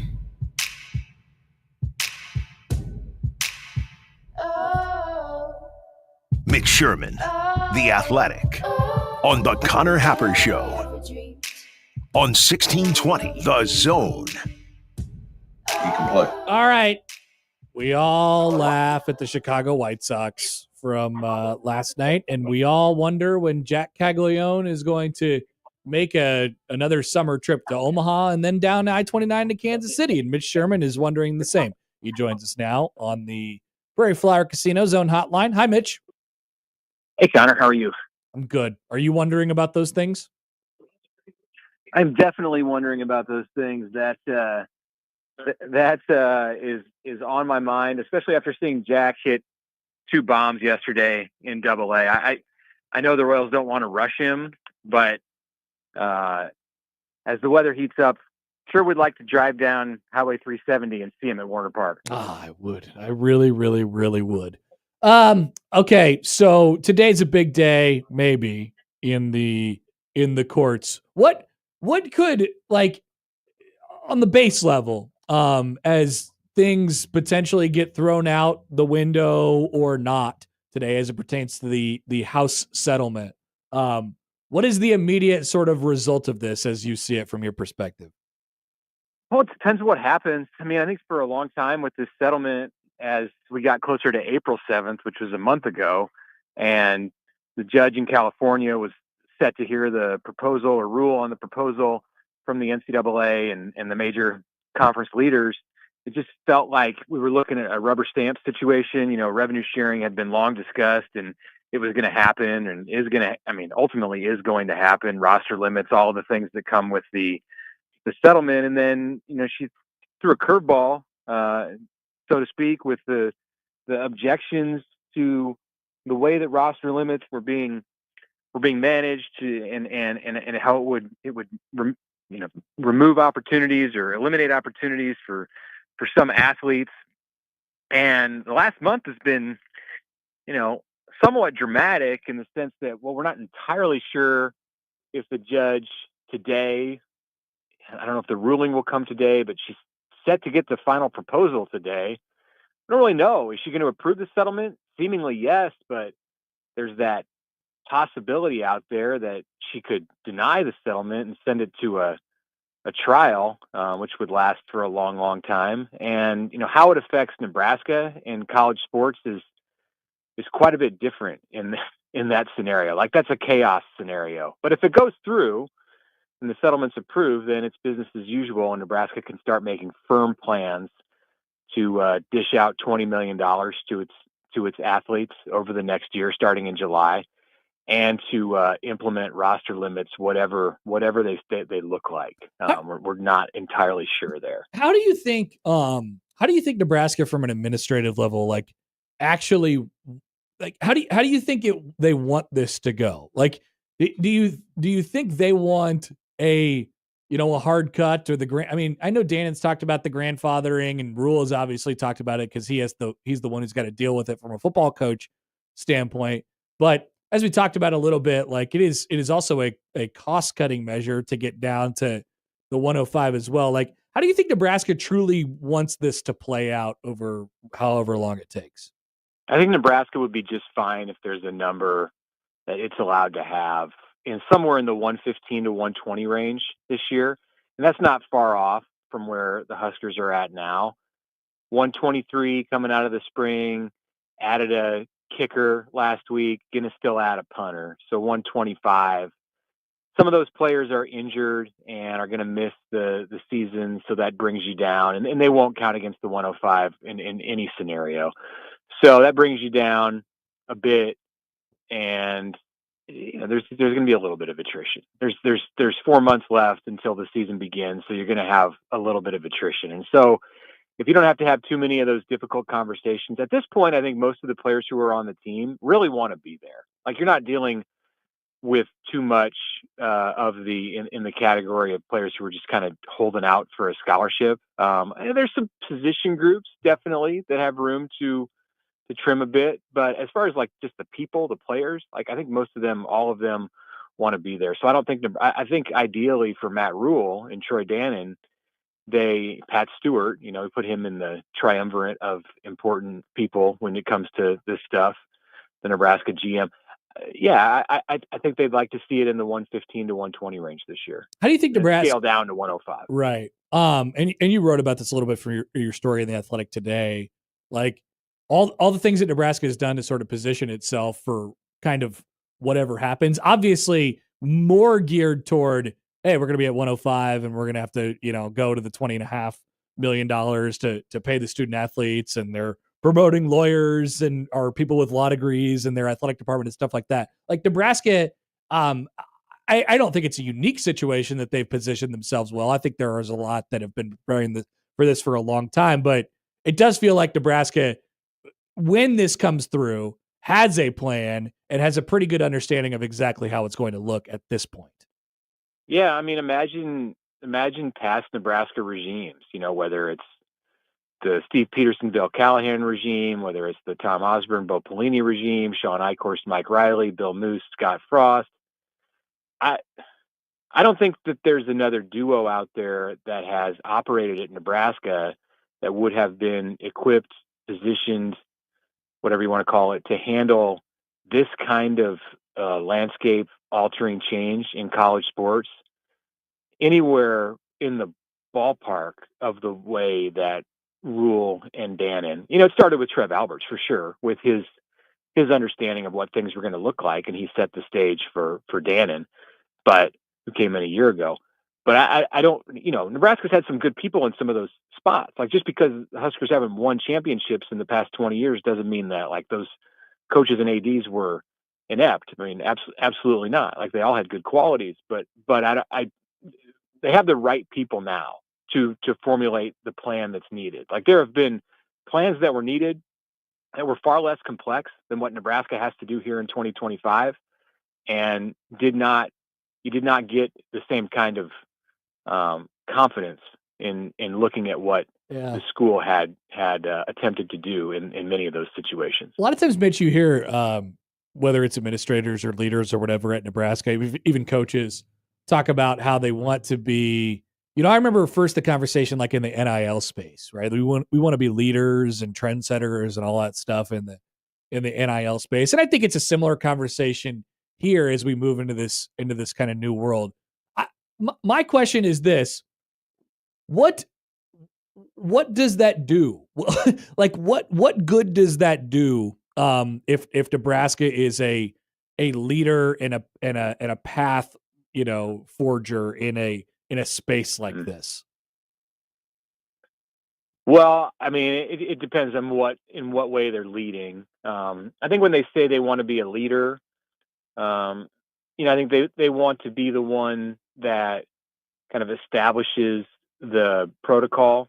Like, Nebraska wants to be on the cutting edge in football in this player valuation realm. Like, with the job that the Huskers GM is doing and his staff in making decisions that are not based on emotion, that are based on value, because there will be presumably, again, this is if settlement's approved, there will be a salary cap, and you can't just sign everybody.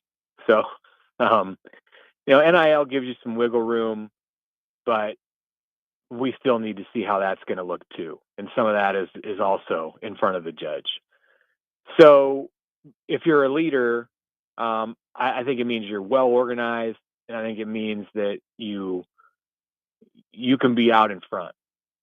So if you know what you're doing, you got a leg up on your competition. Like, if Nebraska's in the top 5 in the Big Ten, top 3 in the Big Ten in setting an example for how schools should handle all of the change, then seemingly that's going to better position Nebraska to be able to win football games, to manage a roster, to build a roster, develop a roster, retain a roster, and win football games. From a football perspective, Mitch, I mean, sort of thinking big picture coming out of spring and getting everything, lined up for the long summer where it's going to be, predictions and lists and things like that. The question that I've been pondering over the last couple of weeks, as spring ball drew to an end and now is over, is Nebraska in a position for this to pop? And it's vague.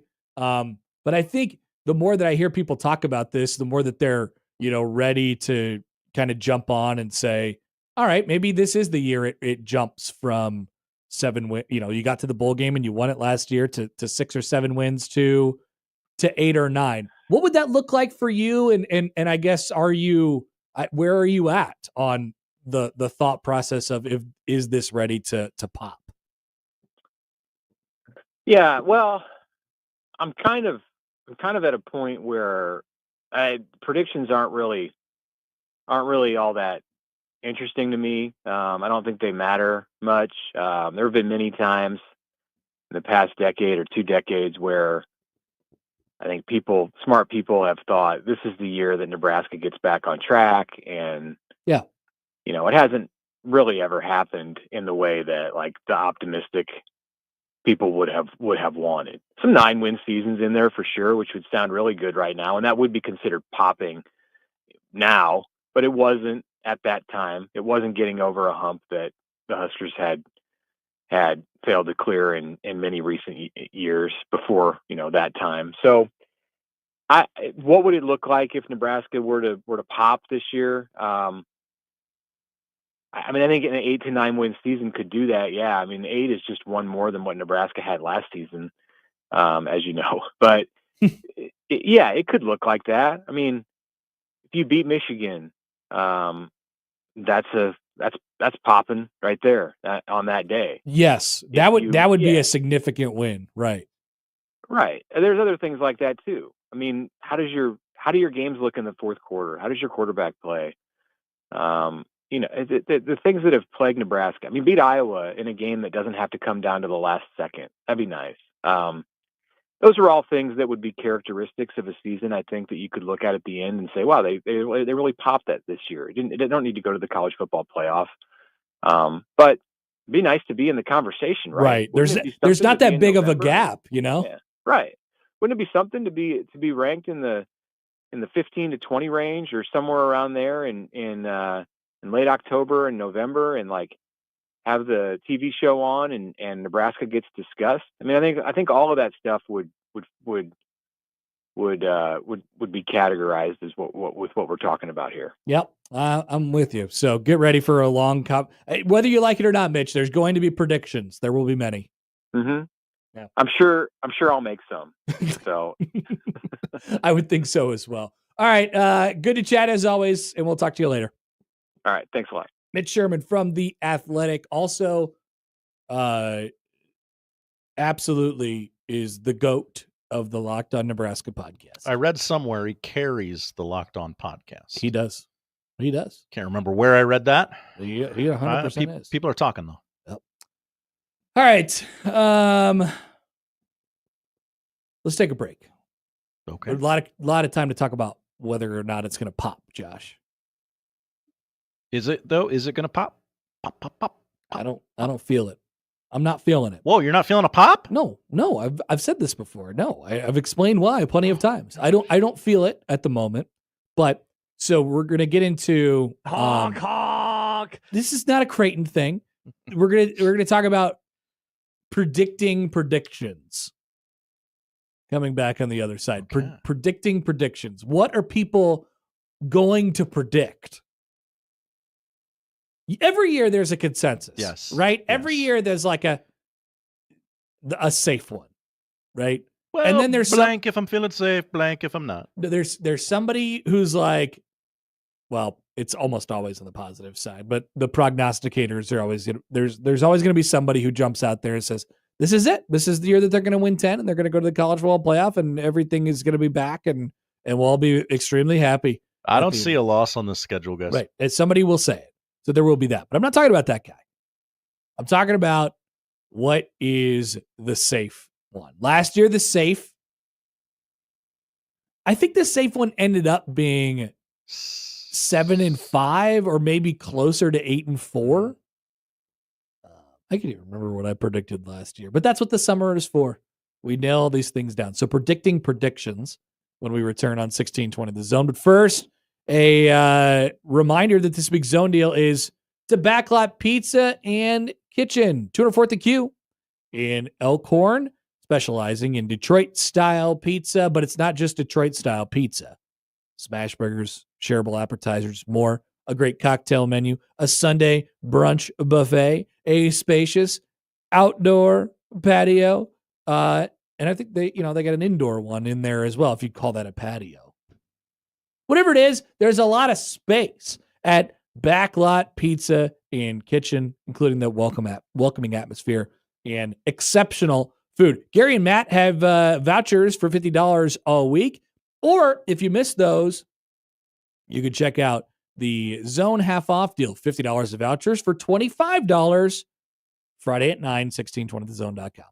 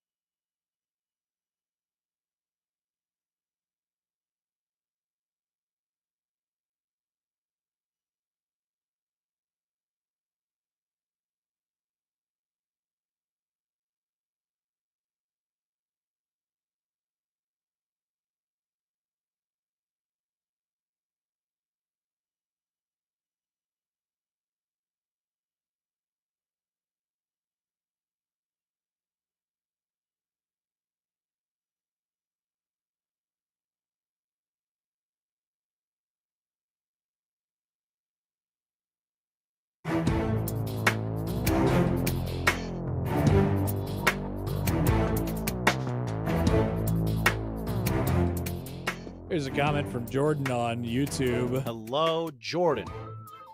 Probably a good thing that Happer doesn't feel a pop. It usually means you're tearing something. We don't need Happer and Bishop being on the IR. Could you imagine? Good point. Not enough booth to share two large casts. It would further drive home the narrative that John and I are somehow father and son. That's right. It's out there. I forgot. It's out there. People are talking about this. Actually, I don't think anybody's really talking about it. Okay. But I do very much like John. You know, John has a son. Yeah.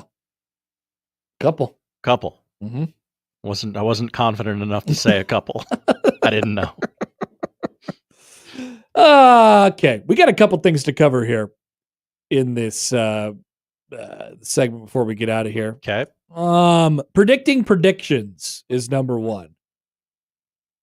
It's Tom should tell. We should talk to Tom sometime soon, by the way. Tom said he has his Husker prediction for 2025. Already? He's ready to unveil it already. Yes. We don't know the full construct of the team or the NCAA. I think we have a pretty good idea of the team at this point. Sure. Okay. So it could change. Bear with me. My 2025 Husker prediction from Tom Chattel that there are going to be a lot of 9-3 predictions. Yeah. Tom says, understand, I'm not saying 9-3, but I know a bandwagon when I see one. Whoa. And the 9-win wagon is already filling up. You hear it everywhere. Husker fans have opinions. Some may go higher. Some may go lower. But 9-3 seems to be the early expectation for the over-under for 2025. What do you think about that? Do you think the stock answer is 9-3? Is it that simple? Winning a bowl game and then all of a sudden we're back to 9-3? So it's not that simple, but I think what you're going to hear a lot of people say is, looking at the schedule, this should be a 9-win football team, however, I'm going to say 8 because they always drop one they shouldn't. They actually drop more than one that they shouldn't, but it's the state of affairs. I suppose therein lies my problem with the entire thought process. It never goes how we think it's going to go. It never goes that way. And that's the problem with the whole rule thing, right? Like it's not just him, it's all the coaches before him, but it includes him now. They are not consistent enough for me to predict anything. They're not consistent enough. I don't know what we're going to get out of them on any given night. It seems to be impacted by other things, motivations and situations and weather and, if we just had done this, then there was this. And if that wasn't there, then we wouldn't be dealing with that. Pat McAfee said they got hot at the end of last year, so I'm ready for them to roll that over into... If they would have got hot at the end of last year, then maybe I don't know, maybe my opinion would be different. And I know that they went through a big coordinator change. If there is one bright shining example of a thing that I really like, it's what they hired a bona fide awesome offensive coordinator. Mm-hmm. That guy rocks. And he tells it how it is, and he's got to skull it. And he drinks Red Bull and he goes to Monaco. What's not to like? A lot of those things are contradictions. I know. That's why I like him. It's balanced, Josh. Green Day parody, walking contradiction. It's a balance. So I don't know. I read that and I thought, I don't know. Really? That's what people are saying? That's what people are going to say? Are we ready to go down the schedule and do win-loss, win-loss, win-loss? Do you want to do like a baseline win-loss, win-loss, win-loss? Okay. All right. Don't hold Connor to this. Or I guess who's guessing win-loss? Me. And who's reading the games? Well, we can flip it. Okay. Let's do it both ways. Okay. Once again, this is not a prediction. We're going gut feeling. Gut. Okay. Read them to me, Josh. Cincinnati at Arrowhead. Win. Akron. Win. HCU. Win. Holy Cross, right? Houston Christian. Okay. Damn it. Win. Same thing. Versus Michigan. Loss. Versus Michigan State.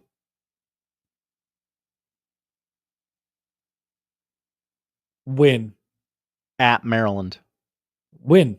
At Minnesota. Loss. Versus Northwestern. Win. Versus USC. Loss.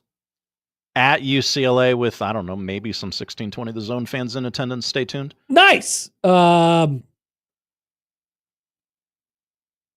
I skip that? Okay. Feels weird, but yeah, sure. No, that's a swing one. That's a swing one. Okay. At Penn State. Loss. Dear God. Versus Iowa. Win. Okay.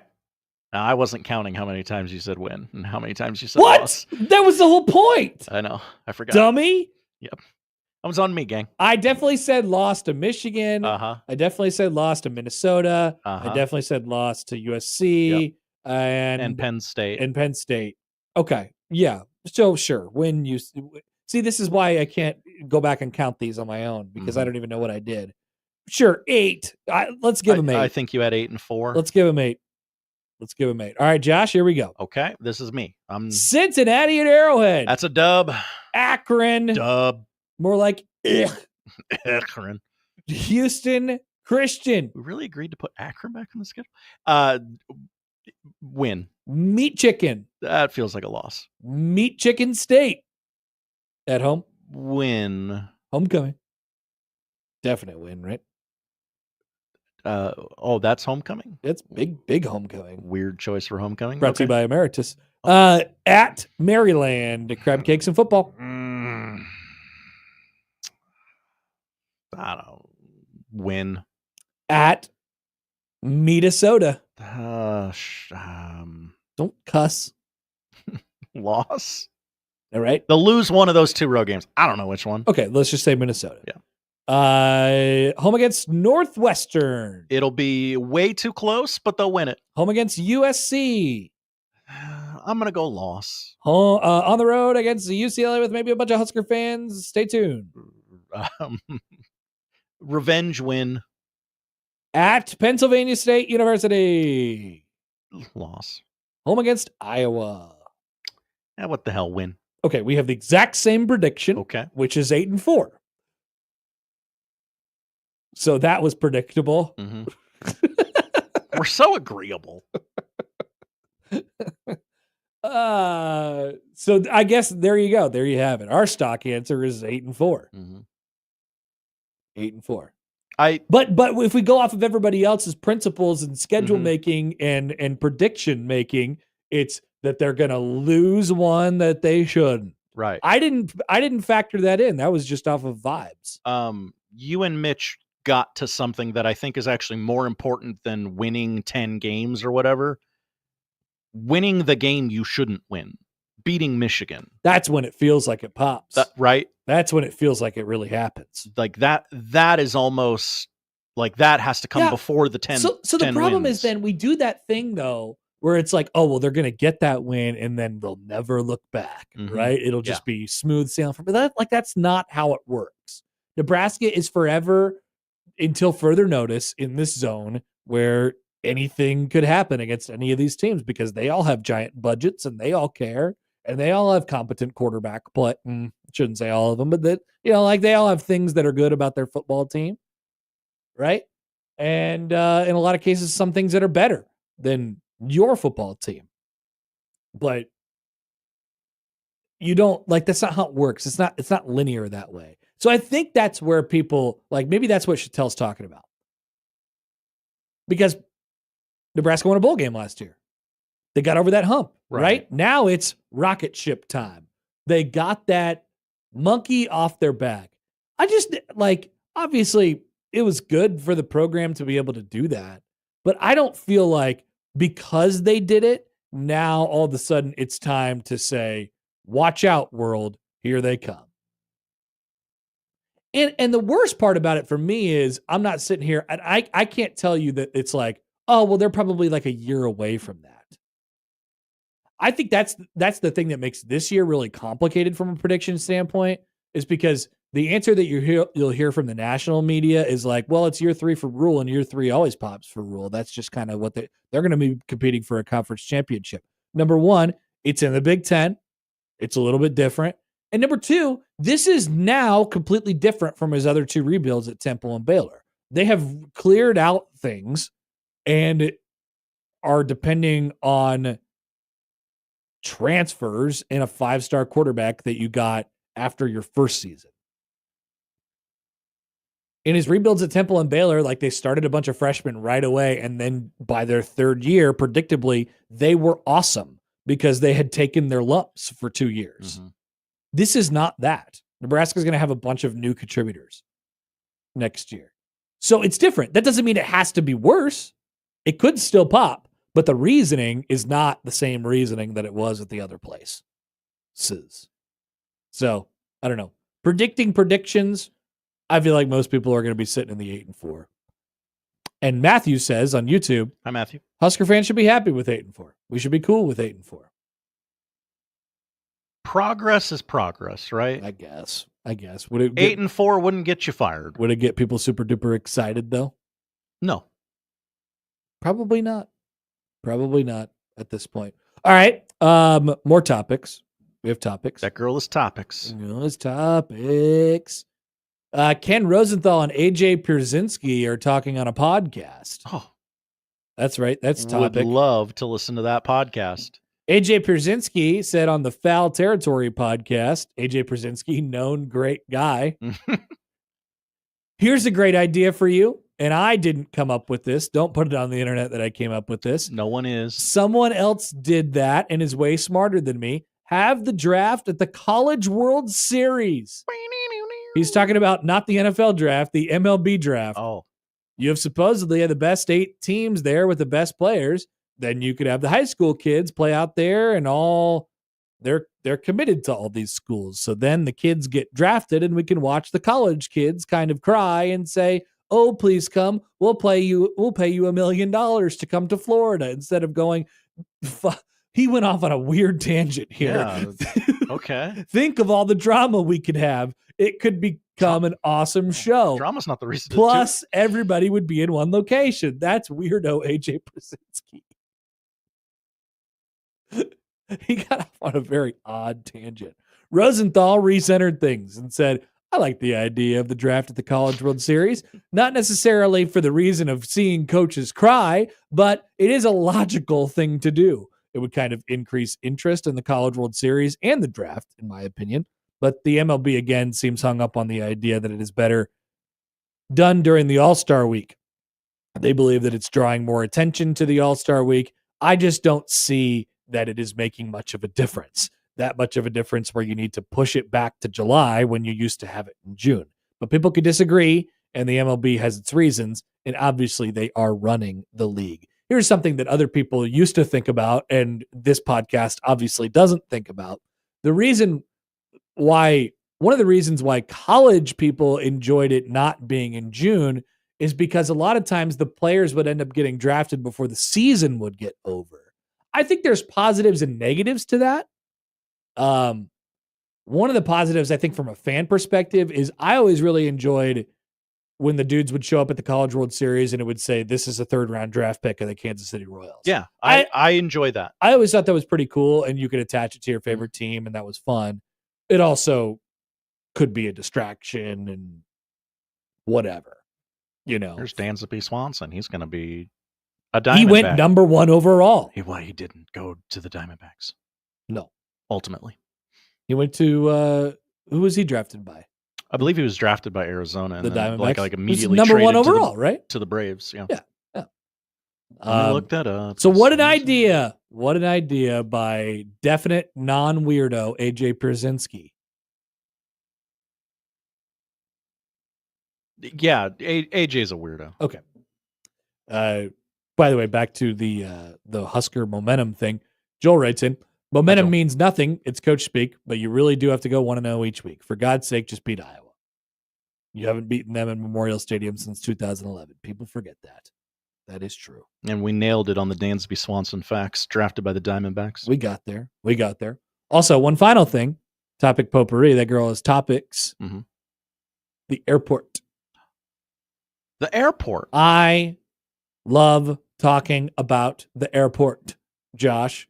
The airport sent me an email today. The airport sent you an email? I signed up for airport construction updates.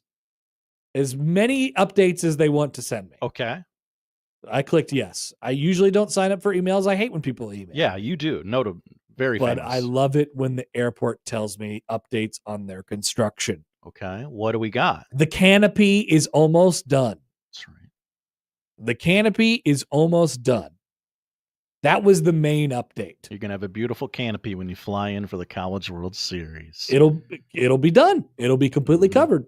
And they're doing they're working on the terminals and the eating spaces, and everything's going to be glass. Basically, the update was the canopy's basically done, and by the way, we're still doing construction.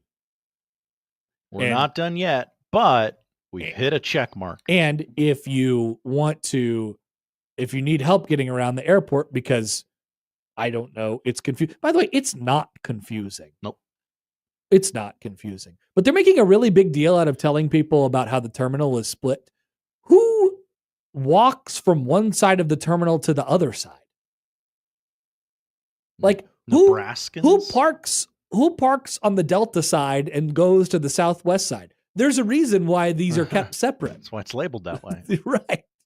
You park on the Delta side if you want to fly Delta. Then you get Cracky McGee's, which is dead. RIP. If you want to go Southwest or United, you park on the other side and you line up, A1 through 30. Welcome aboard. And you get the flight deck or whatever it's called, not Cracky McGee's. There should be no traveling from other side to other side. Now, when we are all unified as one greater Omaha, when we all come together and we all go out of one terminal and one gate space and one area, and it's one big airport, one for one, one for all, then we might have some navigation deals. Hear, hear. I did hear, and thank you, Platcat, for tweeting this at me. I did hear the Cracky McGee sign was being sold on the internet for $5,000. I've seen this photo. This is a real photo? This isn't like the internet tricking us? No. Okay. No, this is real. Yeah. Okay. Yeah. They're selling the Cracky McGee's sign on Craigslist, which is a thing, for $5,000. We could buy it, audience. With your help. Mm-hmm. Where would we hang it? In our new palatial studios? Yeah. Now, is each letter individual? Can we break them up? No. Or is you have to buy the whole thing. Well, yeah, but okay, so we'd have to put Cracky's one place, McGee's another place. There's something in the middle, right? You want it to all be? It's a duck. It's a duck. Okay. Is it 3 pieces? I don't know, but why would you separate them? It's Cracky McGee's. It can't just be McGee's. No. It can't just be Cracky. That's stupid. I would love to just have a Cracky sign. Here's half of the Cracky McGee's sign. Mm-hmm. Joel writes in. Hi, Joel. I always assume Connor just walked back and forth across the airport in his free time. I do, Joel.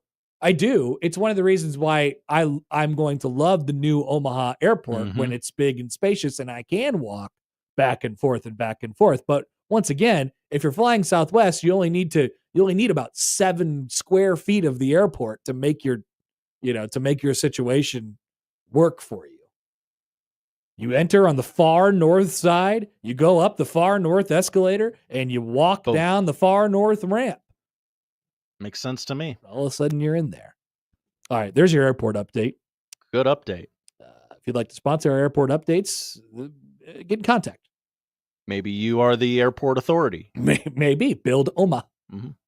Back after this with the polls, we'll tell you what to watch on 1620 The Zone. I'm a fabulous driver. The Connor Happer Show. I'm one of the best friends you could ever have in your life. On 1620 The Zone. I hate you.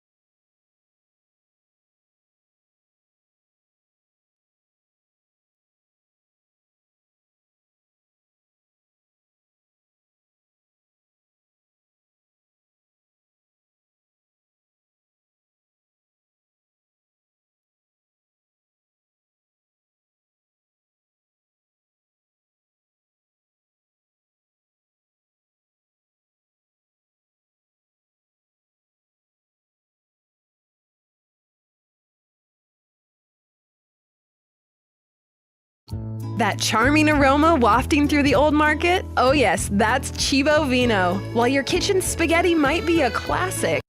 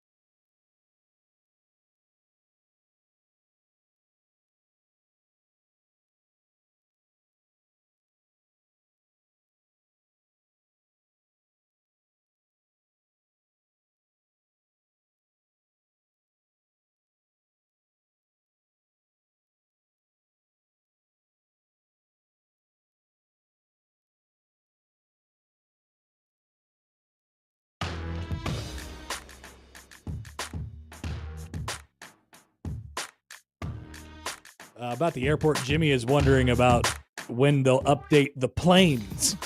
The planes? Yes, the planes need charger ports on them. What plane doesn't have a charger port on it? There's some old planes that don't have any charger ports on them. They're still in use? Yeah. Oh, yeah, there's some old planes out there, Josh. You got to fly chartered. All the ports you can I handle. have never done that. Oh, you should. I should. That sounds awesome. It's pretty great. But would recommend. Yeah. No, most of the planes that I fly on do not have charger ports. Oh, okay. Yep. Sorry. Josh is living in the high life. All right, to the polls. At Happer Show. Is We Bought a Zoo a great movie? No. Dear God. Terrible movie. Terrible take. 82% only said no. A couple polls from yesterday's crossover as well, if you want to scroll. Yeah. Oh, yeah. Okay. I got them in front of me if you need them. I got them. Okay. Are avid national park goers stoners? 100%. 61% say yes. Do you want to drink your pot? No. 69% say no. Nice. Look at that. All right, back to today. Is Batman your guy? Yeah. Batman's my guy. Yeah. 63% say no. Wow. Oh. Interesting. Sorry.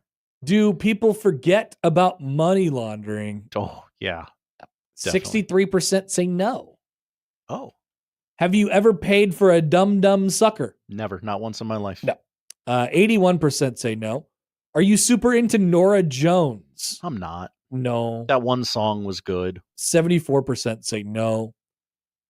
And finally, do you know what kind of gang Kool and the Gang was? I don't. No. 59% say no. Stibbs said in the YouTube chat, look for their knuckles. You'll see the tattoos and they'll be identified as MS-13 members. Okay. All right. Those are the polls. Josh, what are we watching tonight? We're watching the NBA playoffs tonight. These have been the best playoffs ever, said people who didn't watch the first round of the playoffs where every game was decided by 50 points. Or who are less than 1 year old. That's right. Celtics host the Knicks, trying to get that series back to even. Knicks lead 1-0, 6 o'clock on TNT. It is followed by Nuggets Thunder at 8:30. Denver leads that series 1-0. Hockey playoffs on ESPN. 6 o'clock. Maple Leafs host the Florida Panthers. Toronto leads that series 1-0. And a game won in Canada. The Winnipeg Jets, fresh off a double overtime Game 7 win, host the Dallas Stars in the Western Conference semifinals. MLB on your TV. Astros Brewers right now on MLB Network. Dodgers Marlins in about 90 minutes. MLB TV free game of the day. Padres Yankees at 6 o'clock on MLB Network, followed by Blue Jays Angels. Big Ten softball tournament going on all day today on BTN. Nebraska, They have a bye into the next round. They will play Penn State tomorrow morning on BT. And I believe when this show starts, Penn State and Nebraska softball will also start. As program. Yeah. State. Netflix has season 2 of NASCAR Full Speed. Follow Joey Logano, Ryan Blaney, the guy from the Alzheimer's commercials, William Byron, Christopher Bell, and Daniel Suarez during the 2024 playoffs. Cool. It's a reality show. Very good. Josh, thanks. Thank you, Connor. That is what we're watching, and that's the show. If you miss anything, 1620thezone.com is where you can find it. The crossover is next.